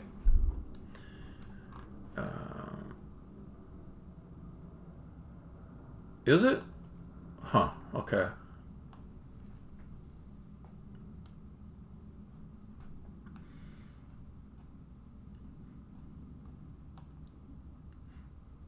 So for VR, when you say VR in particular, is it because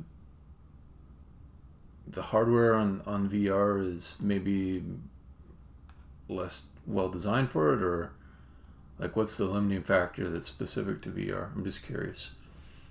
High resolution, yeah, that makes sense because you got to have the code run for every pixel. Yeah. Okay, so let me see, what else do I want to do here? I toyed with the idea of adding in some city buildings. Let me see how they look. I don't want to mess up.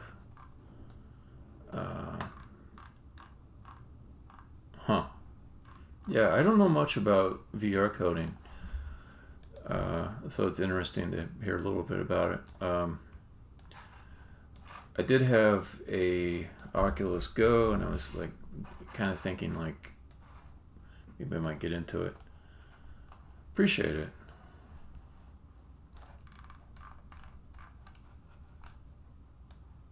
Let me see if this is too distracting. Big old building out here.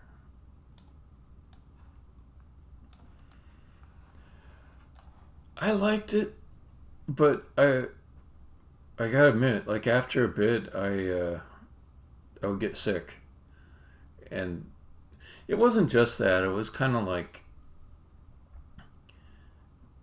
if I want to play a game on my computer, I just go play a game. If I want to play a game on a VR system, then it's like, okay, I gotta make sure nobody wants to talk to me during that time because it's just really jarring when someone's like, hey.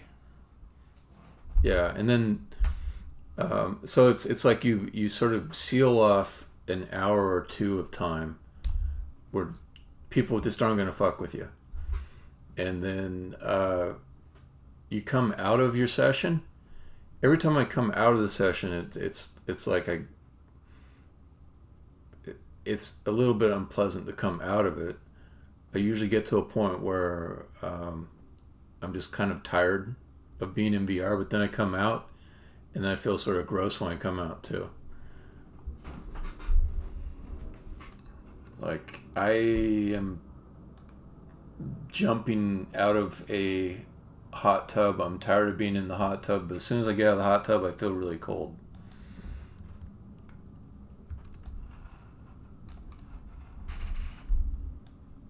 Kind of like the idea of just leaving these a little further away. So you see there's other stuff, but it's not going to compete too much with what you're looking at right now.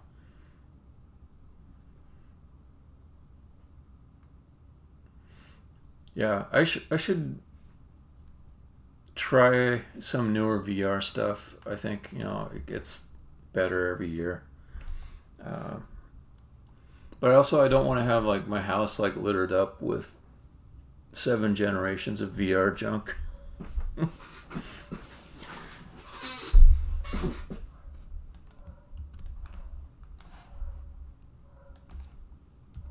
I'm a late adopter.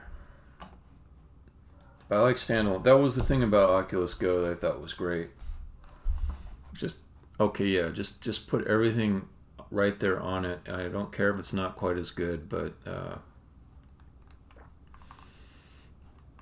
like it was nice not to have to like figure out like, okay, what is the appropriate CPU and everything to pair up with this, and how do the cords connect and all that.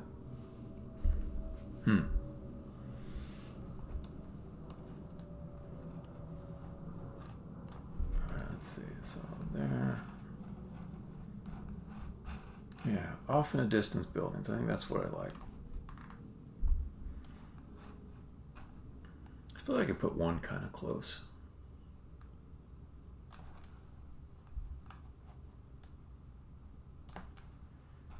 All right, so then let's finish up with the stuff down here. Do I want anything there?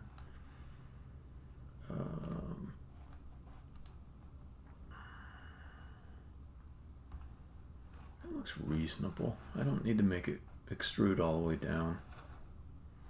You know, the player can just imagine it's floating or whatever they want. Alright, I do gotta spike up these things so that if you fall down there, you die.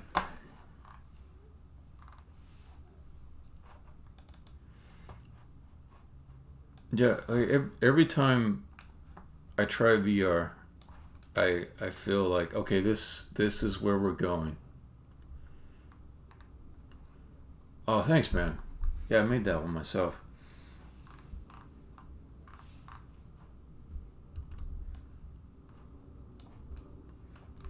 Yeah, it just feels like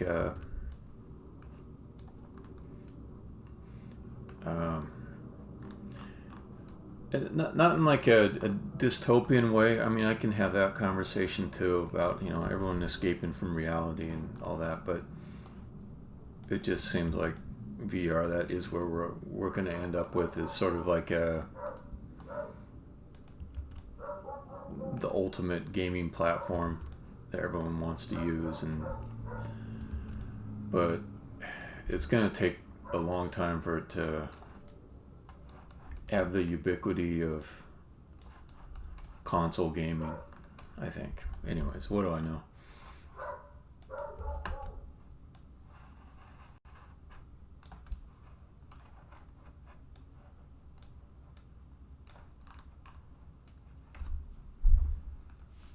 Maybe so.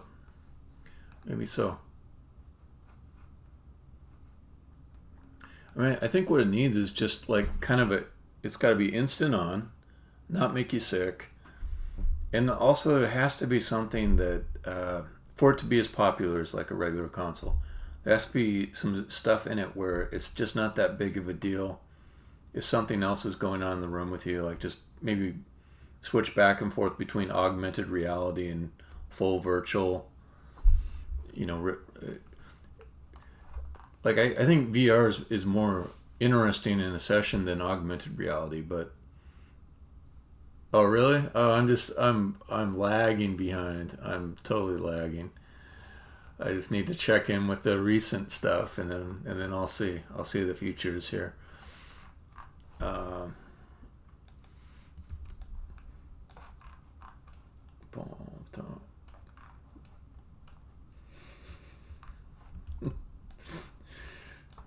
Yeah, yeah. But as I was saying much earlier in this stream, is I'm in favor of a type of loose talking where everybody just kind of bullshits just a little bit. They're not 100% sure what they're talking about, but it keeps your brain active. Like if you have to stop and say maybe, perhaps all the time, or I don't know, it's just less fun to talk. So, pardon my unknowledgeable pontificating.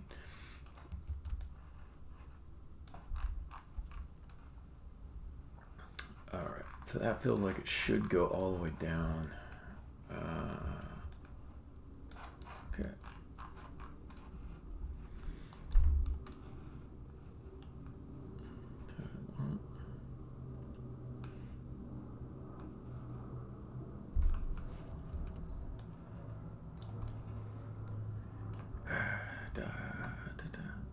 Man, I love this level of detail stuff. I just recently discovered this, and I was kind of stubborn about using it because I thought I'm indie. I do not have time to be tweaking level of detail.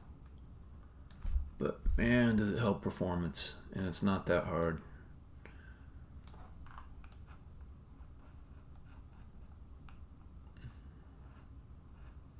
Okay, I don't need spikes down there.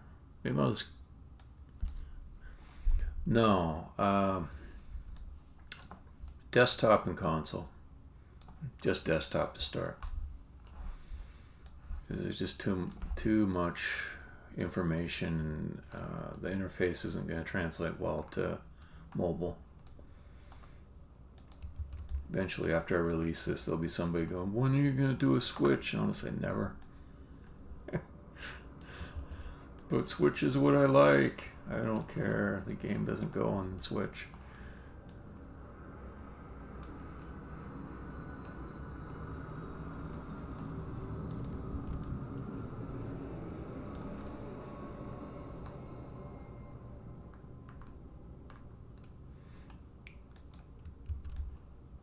Yeah, but so here's the thing. This level's not too bad. This is pretty low poly, but the camera view always goes top down. So, and there's some levels that are very vertical, like you'd be up here and you'll have all the stuff down below. And those spikes that I was laying down by default, they're pretty low poly, but they have like 32 triangles in them. And so if you get a view where there's, you know, maybe 300, 400 spikes down there, you're up into thousands and thousands of triangles. But with the LOD, it'll go down to an 8 polygon version or 8 triangle version. Far enough away it goes down to just like 1.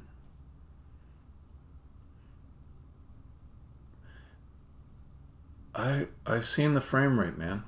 I've seen it. I just go to stats, and when I get a whole ton of these game objects there, it might be specific to Unity too, and how it chooses to render. It can be the difference between having the frame rate. Batches, are those draw calls? I admit I'm not an expert on these things. I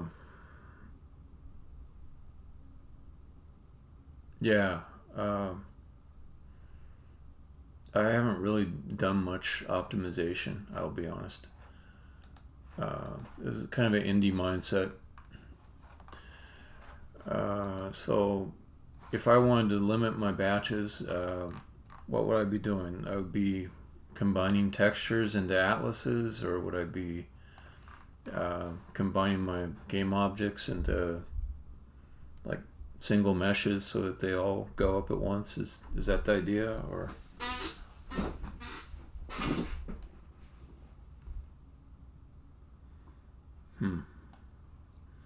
yeah. So I started talking about optimization like I know a lot about optimization, but I don't know that much. I've just been picking up a few tricks recently. But LOD definitely did make a lot of frame rate improvements, and it was not much work to add different LODs.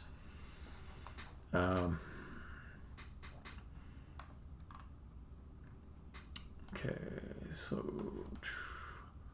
anything else I want to do in this? I think I got it spiked pretty good. I don't think it's possible for the player to drop down here without dying. I'll test that out in a second, though.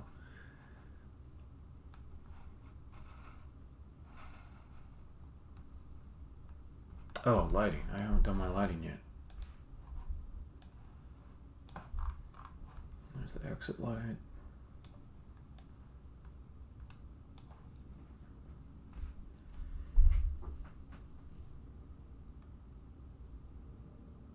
Yeah, that's another reason for me not to do mobile.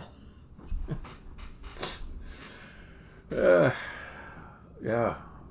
Respect for people that work in those limitations, but man. Okay.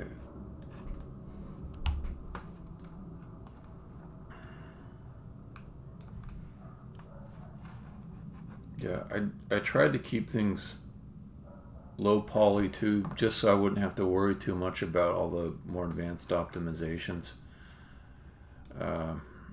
It's not the heart and soul of the game.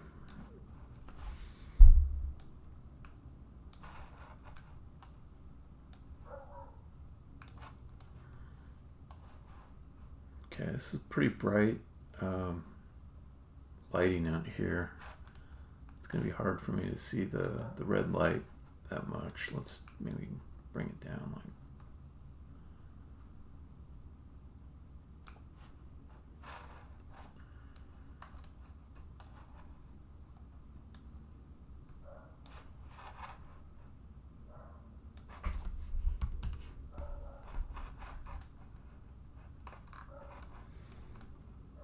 Alright. I don't know if I can get it much more than that without giving up the overall brightness of the level. But yeah, it's got a little bit of red. That'll do. I don't even know. Where would I see that? In my camera setting? You're punching holes in my knowledge. Huh.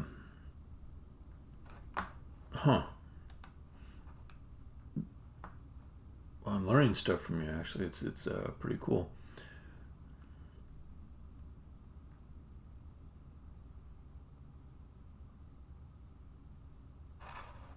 Well, okay. Let's keep the stats up there. Let me tech out some just for the sake of education. Okay, so batch is 3508.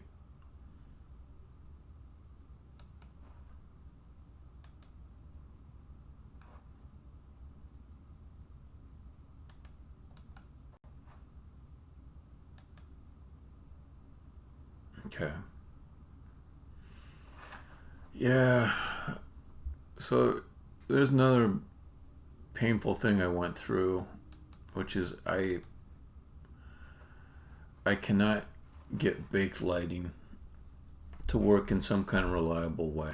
It just like wasted so much of my time. And so I got real-time lighting. Okay, let me think about that.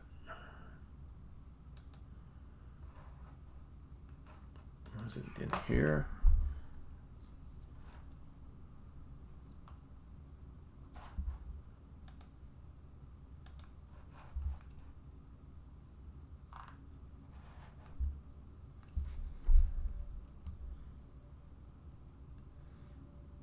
Yeah, like the manifold garden way.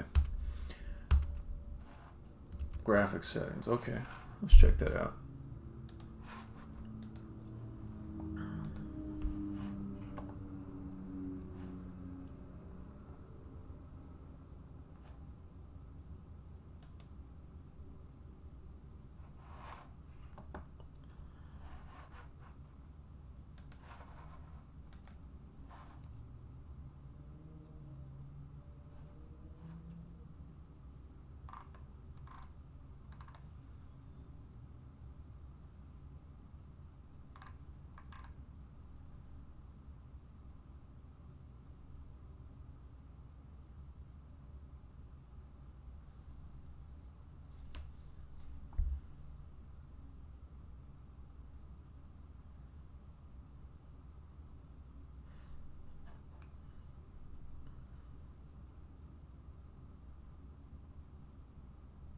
I don't know, man.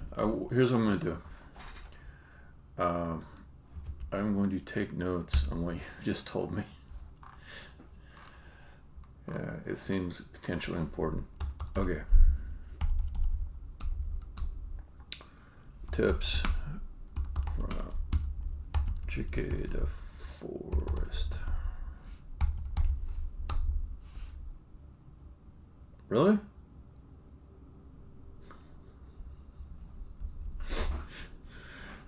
Maybe we're two instances of the same person. Okay, notes to take. Let's see. Deferred.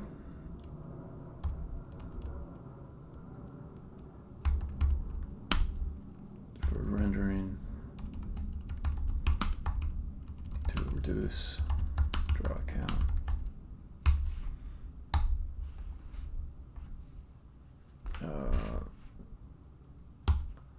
Extra lights are expensive. Alright, then you dropped a link on me. I'm going to check that out. Dun, dun, dun. Although I didn't have it up. Oh, here it is. Cool. Ah, look at that. Oh my god.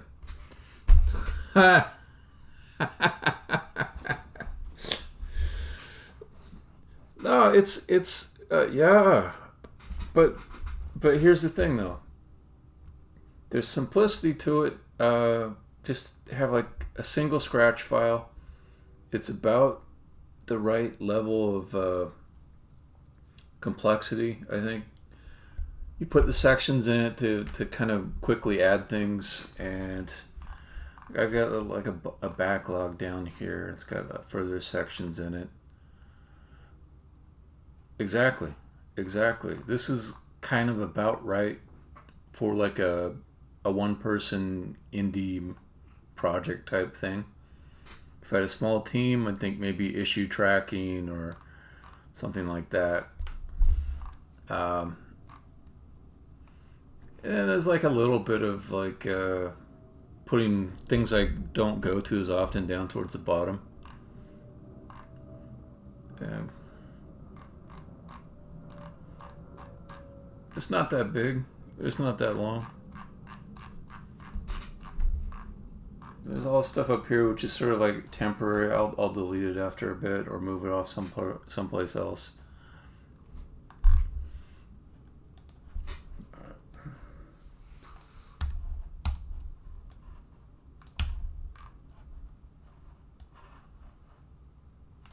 No.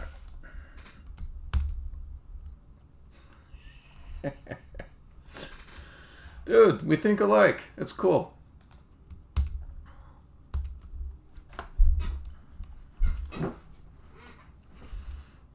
Alright, so I'll fix up this lighting here.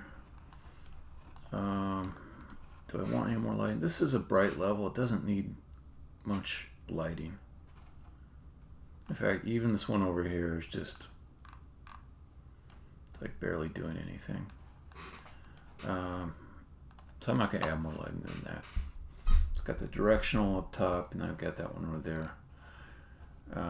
Okay, so then decorations, which is procedurally generated.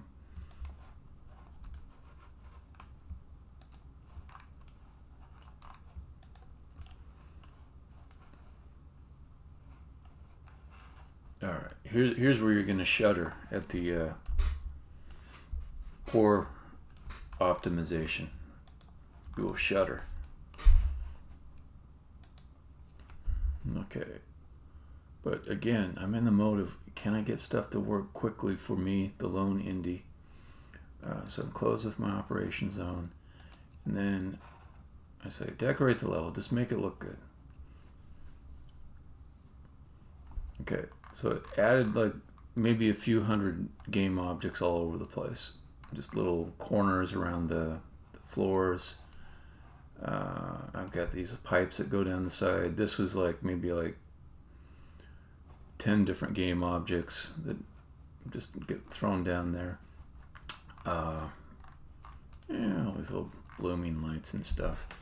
Alright, so this is getting close to being done. Oh, thank you. But it was just a thing like I thought, I gotta sort of make this look less plain, but I just do not have time to go add all these touches to every single level. And also, since the game is so much based upon like not prefabbing all the little things, but actually making specific sets of tiles being certain squares and stuff. It's resistant to making pretty prefabs, so the procedural generation just comes in and adds all these details. Okay, the other thing that might be worth doing is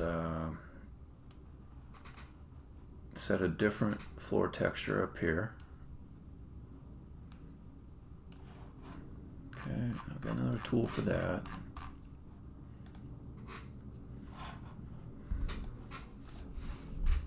It's A10. B20.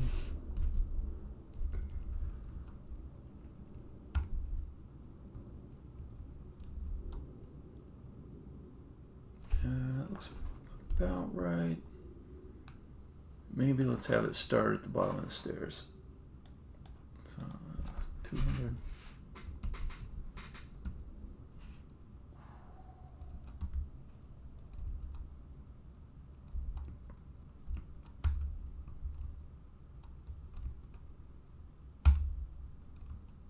There we go. Okay, so we got that there. Close to being done. Okay, then we go to the editor, get my thumbnail camera.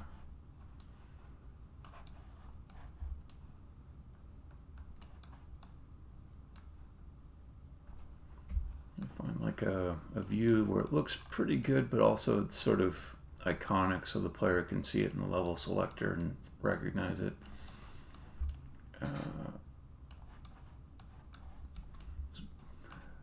The thumbnails, it's my chance to use a view that isn't top down as well. So that's probably the iconic thing. It's not the best looking thing, but that's the thing that'll make the player know what the level is quickly. Okay, take the thumbnail cam, align it, and then when I do my pre-processing, it'll generate the thumbnail. Okay. Something it doesn't like. Okay, cool. All right, let's hit play.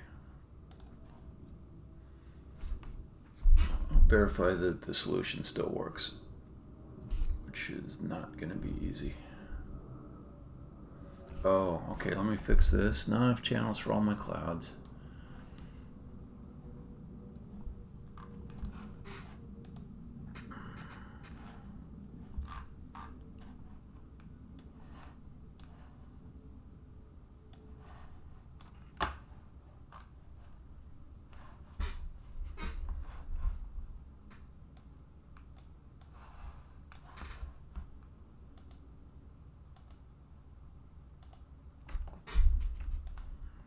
Do a little cleanup here.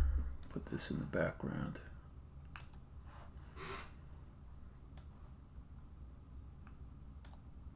Okay, so this usually means I just need to increase the height of my cloud box. Turn the mesh render on so I can see it and grab it. Okay, so this guy has got main clouds 10. That one seems like it should be okay. Okay, what about the other one?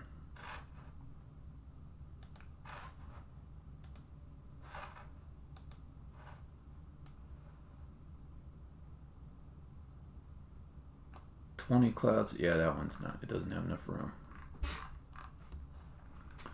Okay, so I will take this and make it higher. So the idea is that it tries to spread out the clouds so they don't draw over the top of each other and Z-fight. But in order for me to do that, I have to give it enough room vertically to put each cloud in one layer. Maybe that'll do it. I'll see when I restart this. Maximize.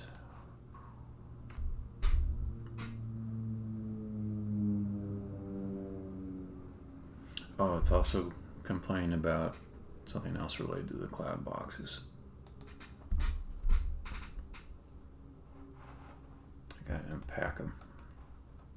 Because when they instance inside, it just gets upset. Okay. not instance, it just hates it when I destroy a game object inside of a prefab. Okay, so that should take care of that.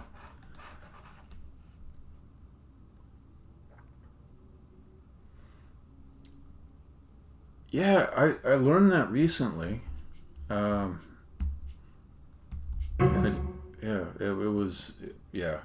It is a nice thing. I started doing that recently, although I haven't got all my log messages doing that. Okay, I'm going to take note of things that are off. So this guy has bad decorations.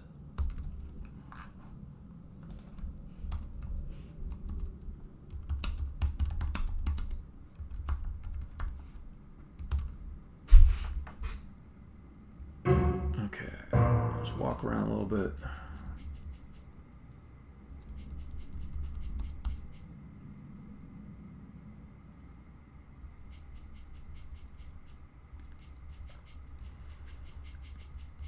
And these are cheap clouds, so they go right through the buildings, which is maybe an argument to move this building away, but I think it looks all right. Okay.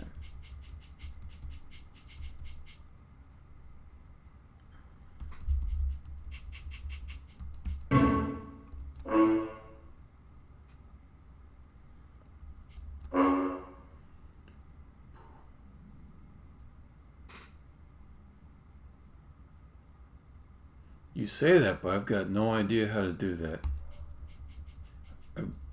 I mean, I'm sure it's easy for somebody, but I've got no idea. Maybe it is easy. Okay, I forgot to add the present. Add the present. Let's see how I'm doing with spikes. Okay.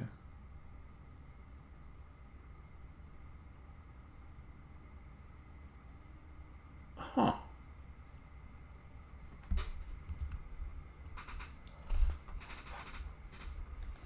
I mean, I spent all that time making the cloud boxes and everything, and you know, probably the built-in particle system would have done it. Clouds and particle system. Enable soft particles.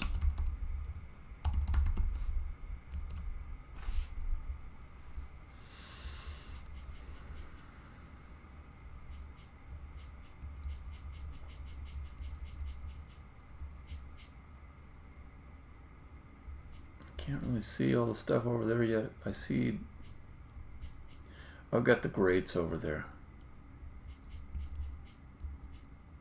Okay, let's go upstairs and check out the view again. Okay.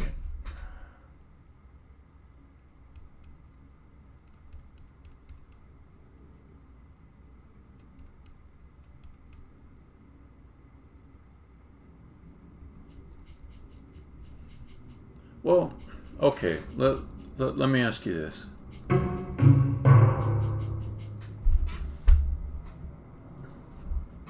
So the cloud right now, it's just a 2D image, right? It's just a flat billboard with some 2D art of a cloud. If I think about like what I would want this to do to make it be realistic, I wouldn't want it to just disappear when it hit this. I guess I would maybe want it to flow around the building somehow. But that feels like you'd have to... You can control how far it fades. You can control how far it fades. Like So would it just kind of disappear gradually as it went into the building? Like the collision with this geometry would initiate a fade? Or would it, at the edges of the cloud? Good idea.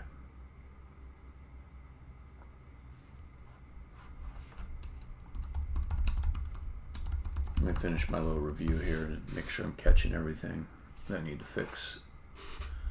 Okay. So I feel like this building is maybe a little close because there's like a ledge down there. It sort of implies like maybe you could hop down to it.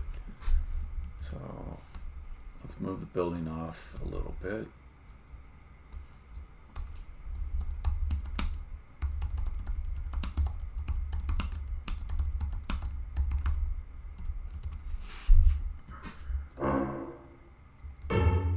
Come out over here again.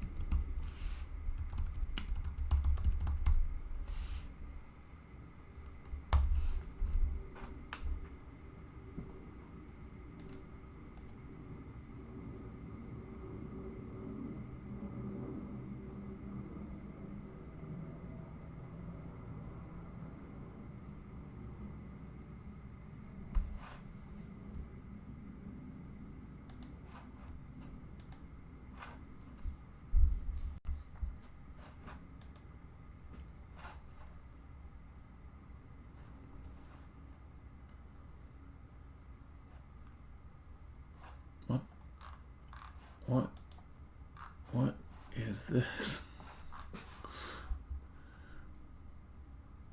I did go to YouTube. Yes, I did. It's showing me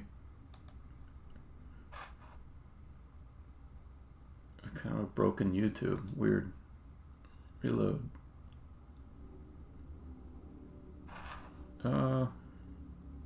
Damn.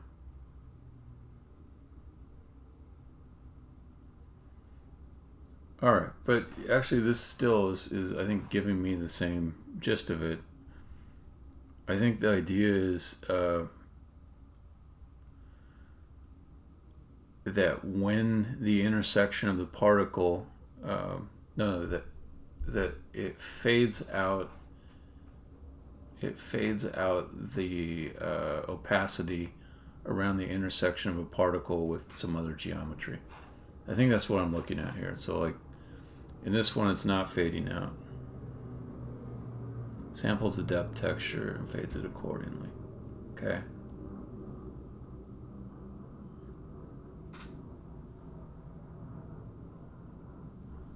So I could just find a shader that does that. Are there any, like, oh, there's a particle shader. There's a particle shader. I think is what you're pointing me towards. The one that's built in.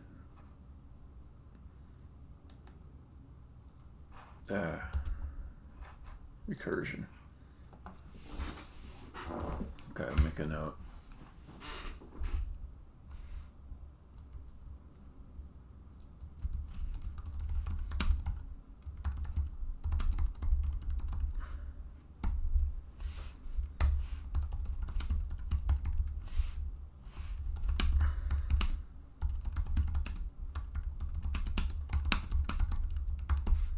Nice. Okay, I will look into that. That's an awesome tip. You're like maybe one of the I mean, I don't want to make anyone else feel bad that was helpful, but you might be the most helpful person in one single session, which is pretty cool.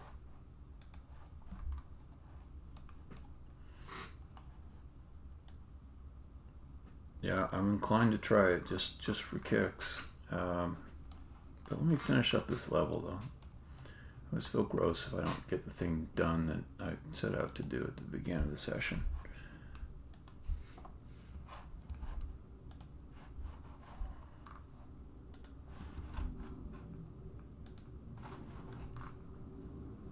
Yeah. Okay. Let's just do this. Close with operations.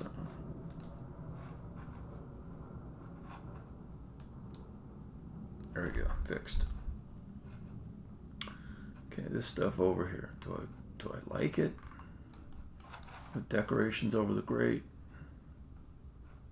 I think it's good.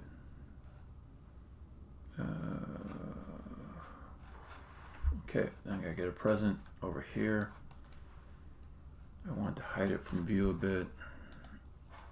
So let's put it right in the corner.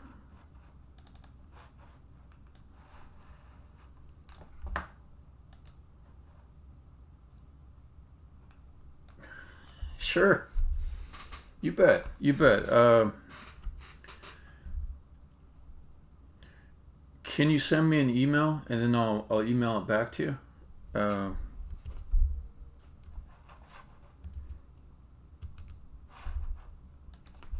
Send it to sorta. I'm not really fluent. I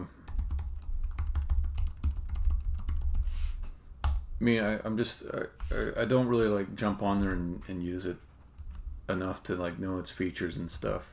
But if you just shoot me an email, I will send you those textures. You can have. That works too. That works too. I just wanted to spare you the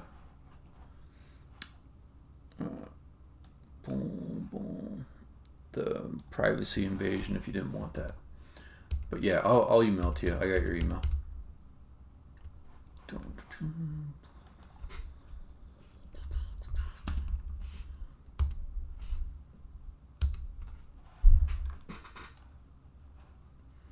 All right. What else did I say? Move southeast. Did they add the present Bandicoot? Okay. Did all three of those things. All right. Then I gotta see if I can solve this thing beginning to end to prove that it's a done level. Then that will mean victory. Okay. I would be so happy. That kind of stuff makes my day.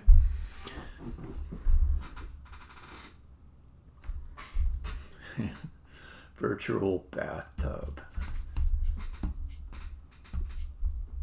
Okay, so first I'll do the exit challenge. For that, I just have to spell love.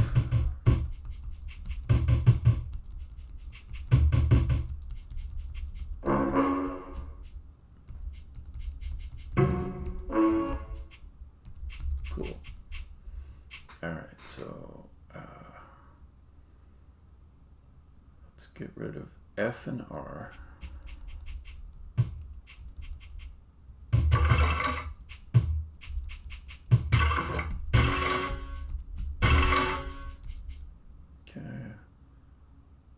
Y, T, and B.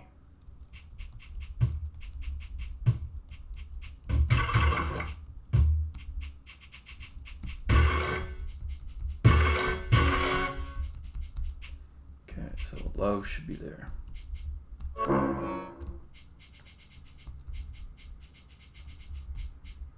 Yeah, even got, you know.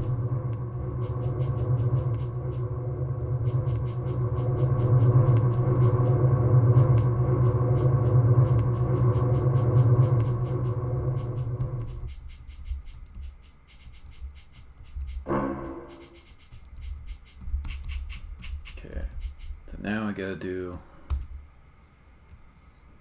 this. I gotta make this pattern to spell all the words.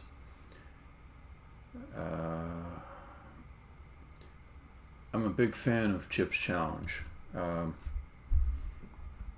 learned something from Chip's Challenge when I first played it, which is that level design can be more important than the engine.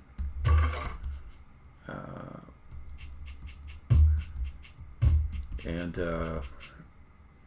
Chuck Somerville is, I was gratified to learn he was a fan of a series of games I made.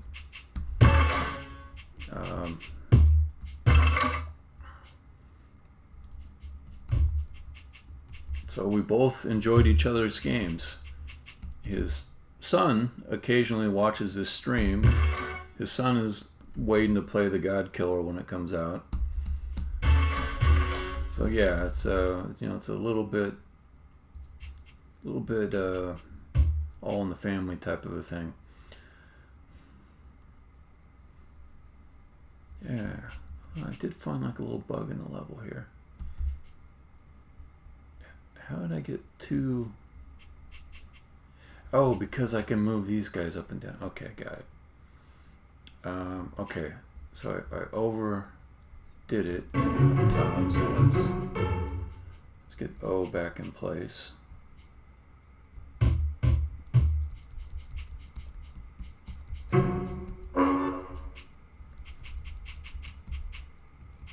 Yeah, love me some Chips Challenge. That's a classic game. Actually, is it the O that needs to go? No, it's the E-N-Y that has to go.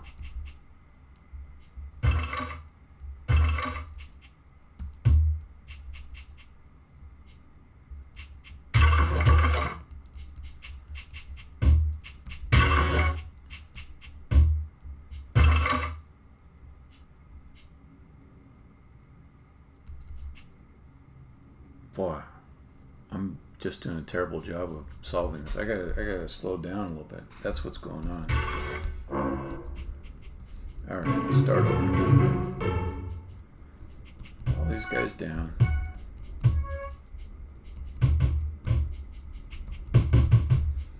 Let's do bottom row first. Okay. So Y is gone. UTB is gone. UTB. Okay.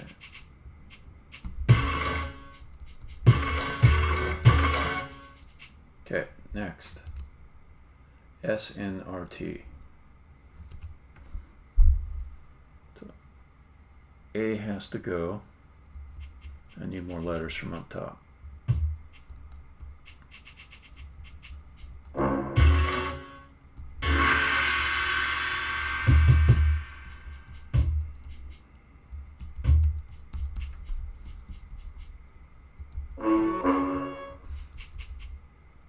SNRT, just get rid of the U. Okay, what's next? AYOU, which is almost there. I just have an extra row in between it. So get rid of HEFB.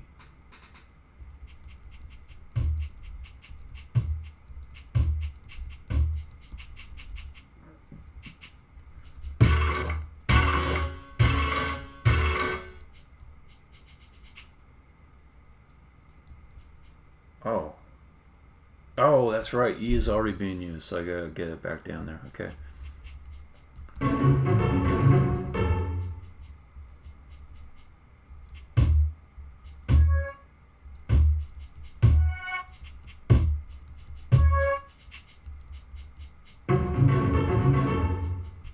Okay.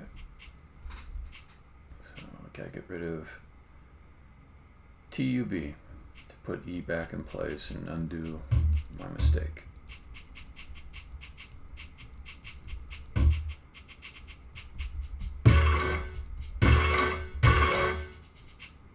Okay, get the T back down there.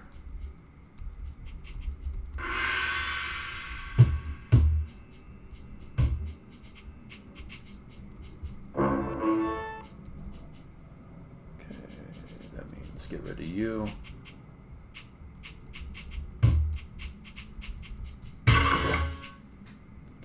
So then it's next one is AYOU. Okay, I gotta just drop the U.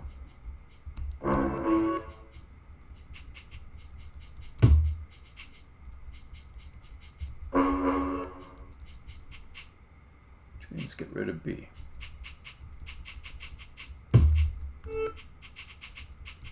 Okay, last one, HEFB. So I just got to drop the B and that'll be it.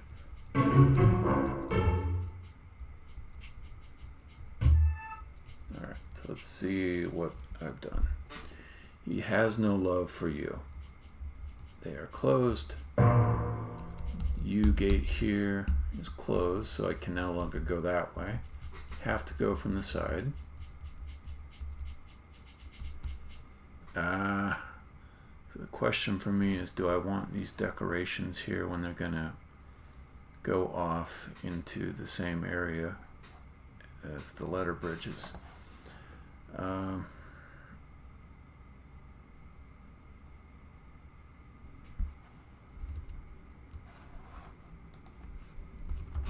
Remove decor around single square floors.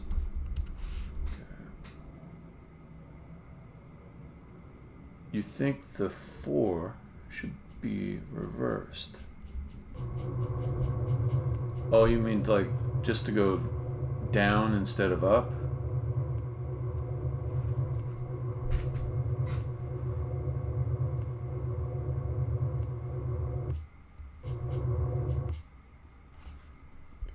Like maybe your eye as you read it. Okay, okay. So you're thinking of it sequentially in the order that you step. ROF, it feels to you. Yeah, I can hear that actually.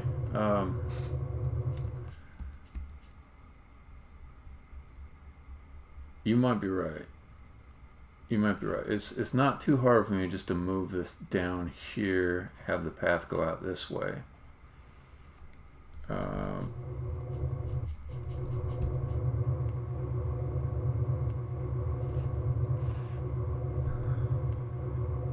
Just trying to think what that would do for the view up top.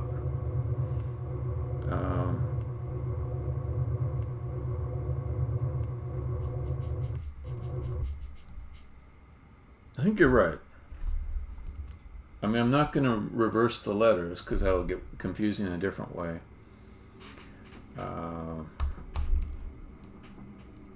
4 should be in direction of travel. Okay.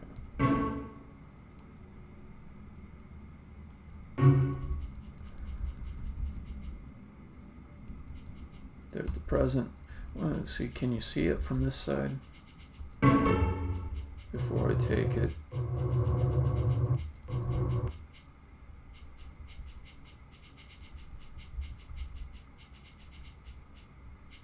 Can't see it. I kind of like that.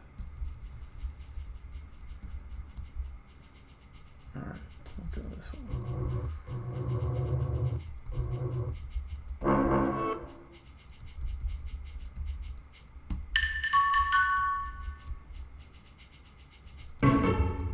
Okay. Missing decor. Lower east.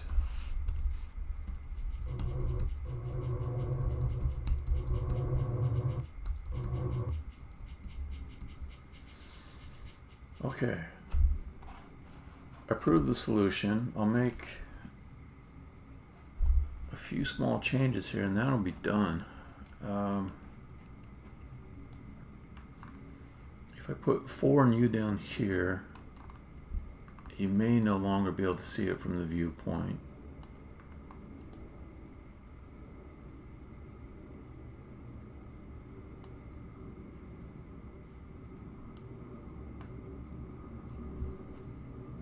Bring love up here, have 4 go down, have you come across this way. That wouldn't be bad.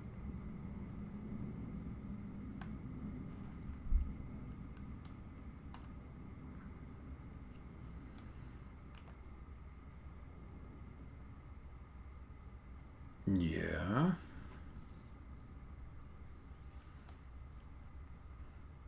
The lazy guy in me says, no, I don't want to push them all up.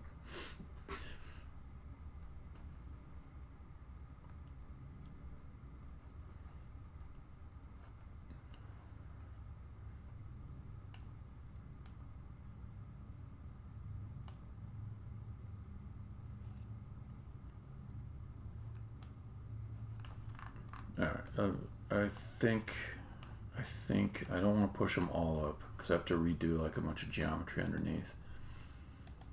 And I'm an indie man. I gotta keep moving. I'll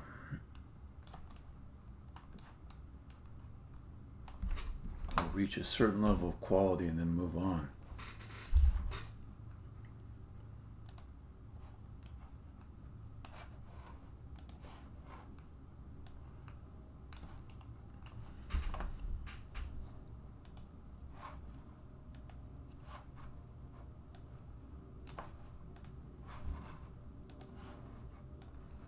But you do get a point about that 4. I'm glad you brought that up. I kind of knew that. I was like on the edge of it, and I was thinking, no, it's fine. But then you said that, and it was immediately bugging me, and I kind of knew you were right. So let's fix this.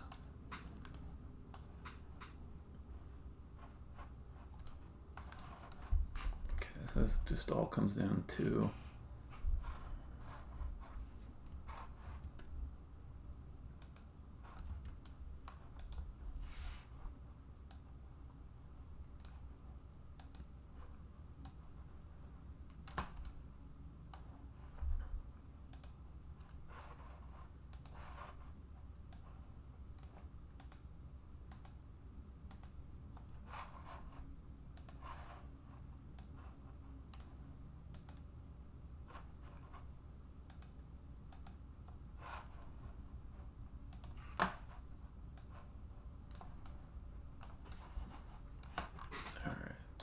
feel like that is going to solve it. I'll fix the decorations, but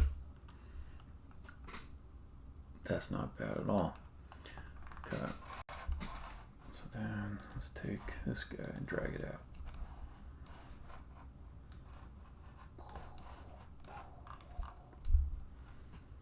Okay. Okay. Fix the decorations. So the way I do it is I just select the objects that will form like a bounding rectangle. Say, close this with what I call my operation zone.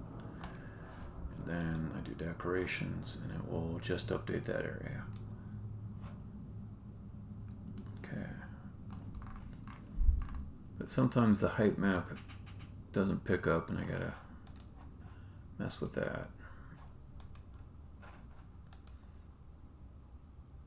Yeah, it's like a weird thing with Unity. So you drop an object into a scene, and the ray casting will not hit its colliders until I cycle through a play and unplay. Start that, unplay. Okay, then I've got like a Stack Overflow question about it too. I think it's just some kind of deep in the engine type nonsense that, because I can take a Unity object on a brand new scene, brand new, none of my code in it, nothing, and it can just be like a create Unity cube, not Pro Build or anything like that, and then I raycast against it. That's not a bad idea. It might work better than this play-on-play stuff. It doesn't work, but then I play-on-play and then it works. But I do like the idea of toggling the collider. I'm going to try that next time I have that issue show up. Okay, so there I fixed it because the colliders worked after I came back. Okay. So that fixed those guys, but I found that when I had all of the letter bridges closed, that these just didn't look good. So I'll just manually take them out, which is a little slow, but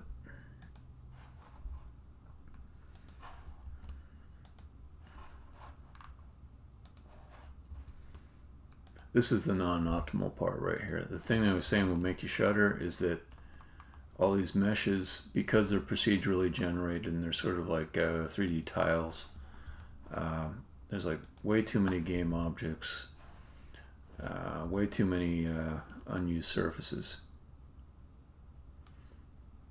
The vertical ones, which ones?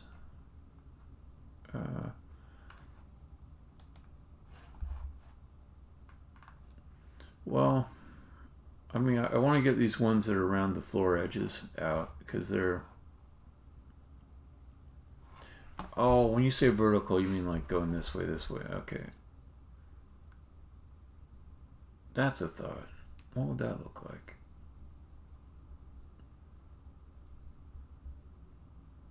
Yeah, you might be right. I haven't done that yet as a decorating style, but it seems quite sensible.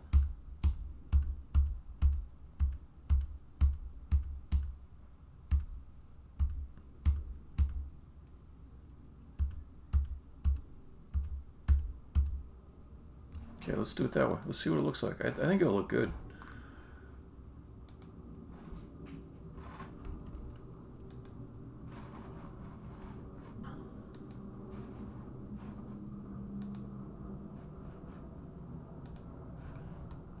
Okay, I could do it over here too. These fat corners. Yeah, let's try it like that.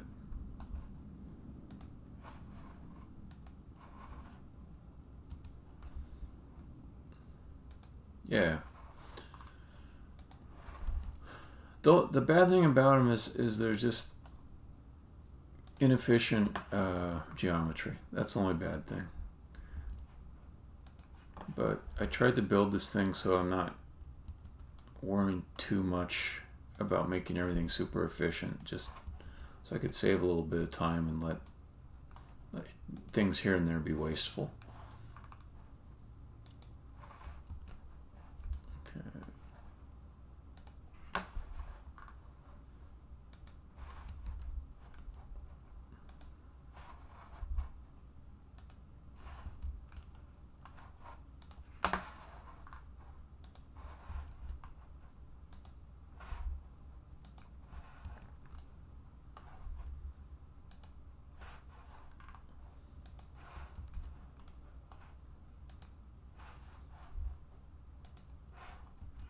I think I'm gonna actually like it this way.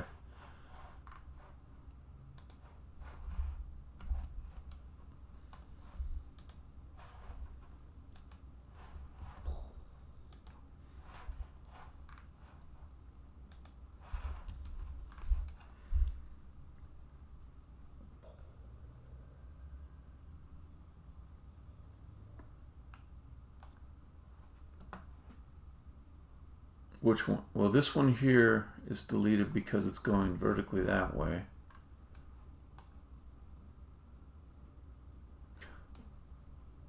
Now here on the F, this one's deleted because like this block, when it's closed, it's going to extend this way.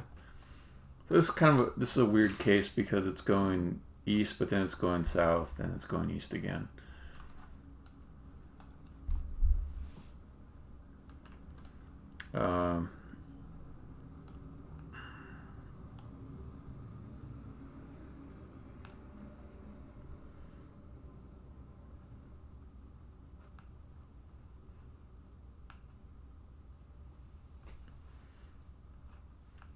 I suspect it's going to look a little weird right now, and it'll probably look ideal when the blocks are solidified. Did I make some edit time way to turn the blocks on? Alright. This is probably done. I kind of don't want to go through and solve the whole thing again. I'll just do LOV. By the way, I'm getting close to saying my goodbyes here. I like to stop the stream right after I get like a piece of work done. Makes me feel good.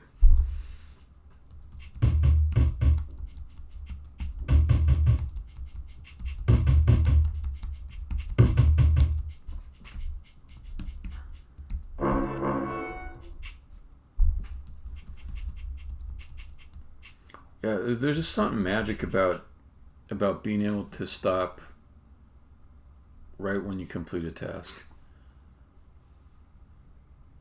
Okay, let's give it a shot. I'm gonna go check out the bridge situation over there after I spell love. So we want YFRBTU. Y.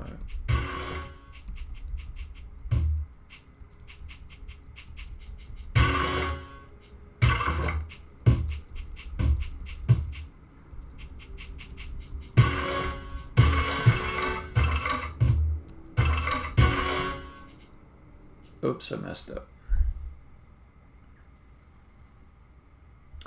Easiest to just redo the E.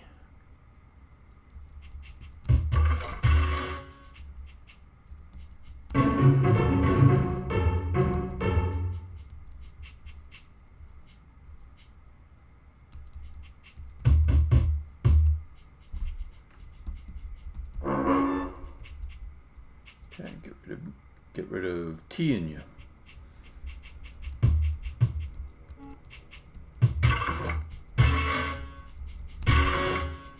Okay.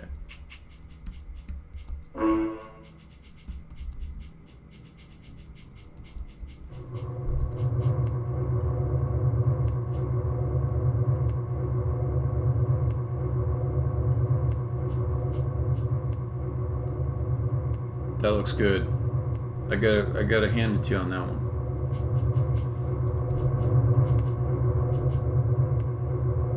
Yeah.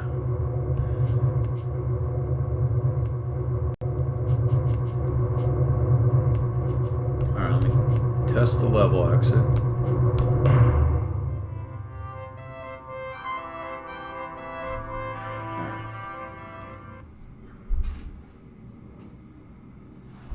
Alright, so let's try these clouds.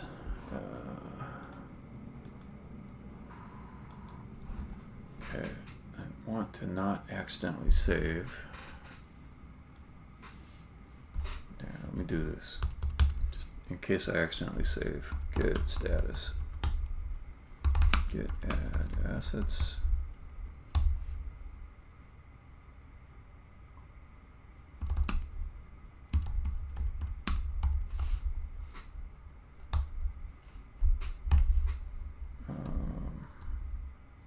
It's got an alter level.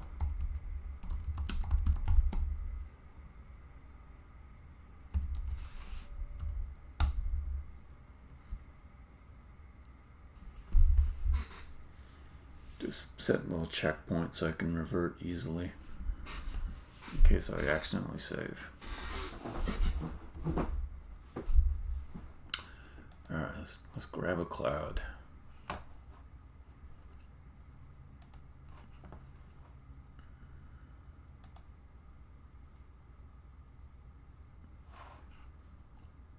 Okay, and then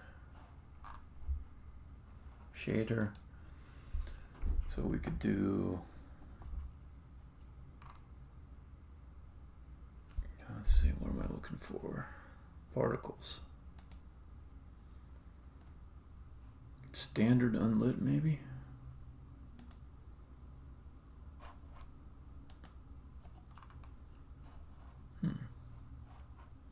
Soft particles.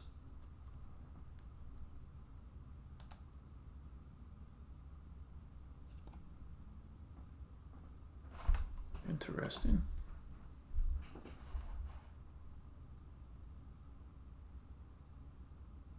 Oh, let's just do them all. Okay. Okay.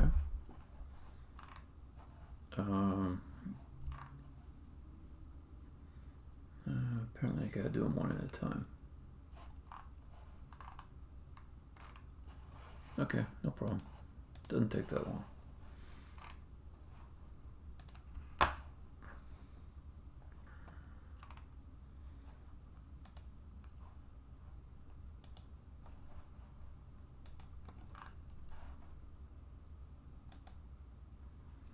I think I did see some kind of immediate change. Not clear yet if it was good or not, but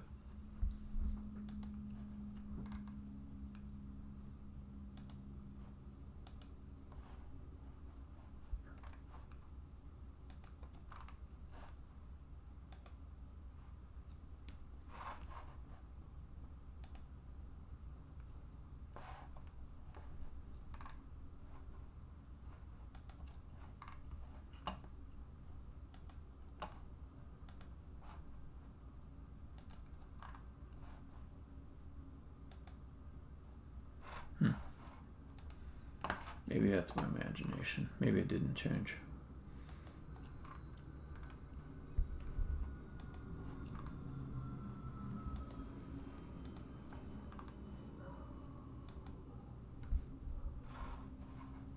Okay, one more cloud.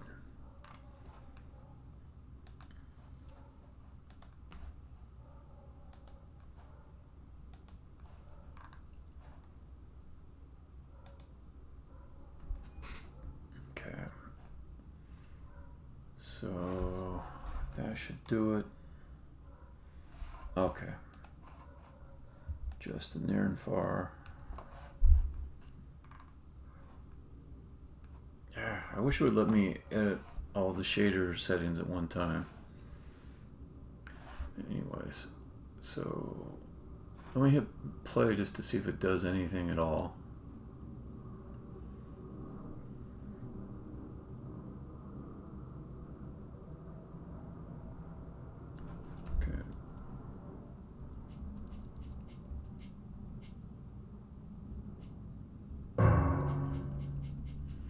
It might have to reinstance some of these, like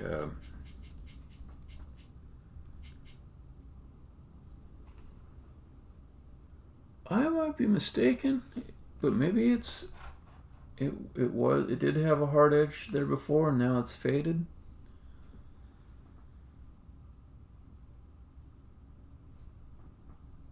Yeah.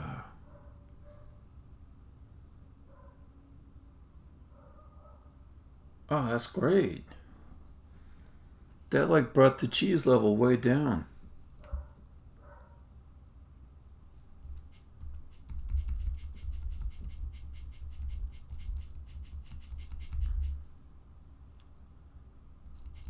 Yeah. Awesome tip, man. I'm not gonna twiddle the knobs right now, but yeah, I'll do it a little bit later. Yeah, that's great. In fact, that's even worth commit, git, commit. Hey, soft edges on clouds. Damn. All right.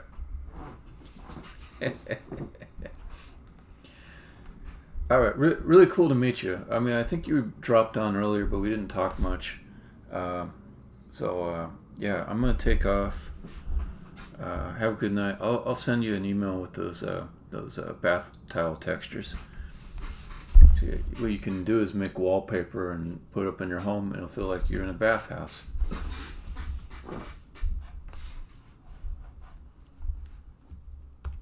Cool, man. Yeah, thanks for stopping by. Catch you later. Stopping the stream now.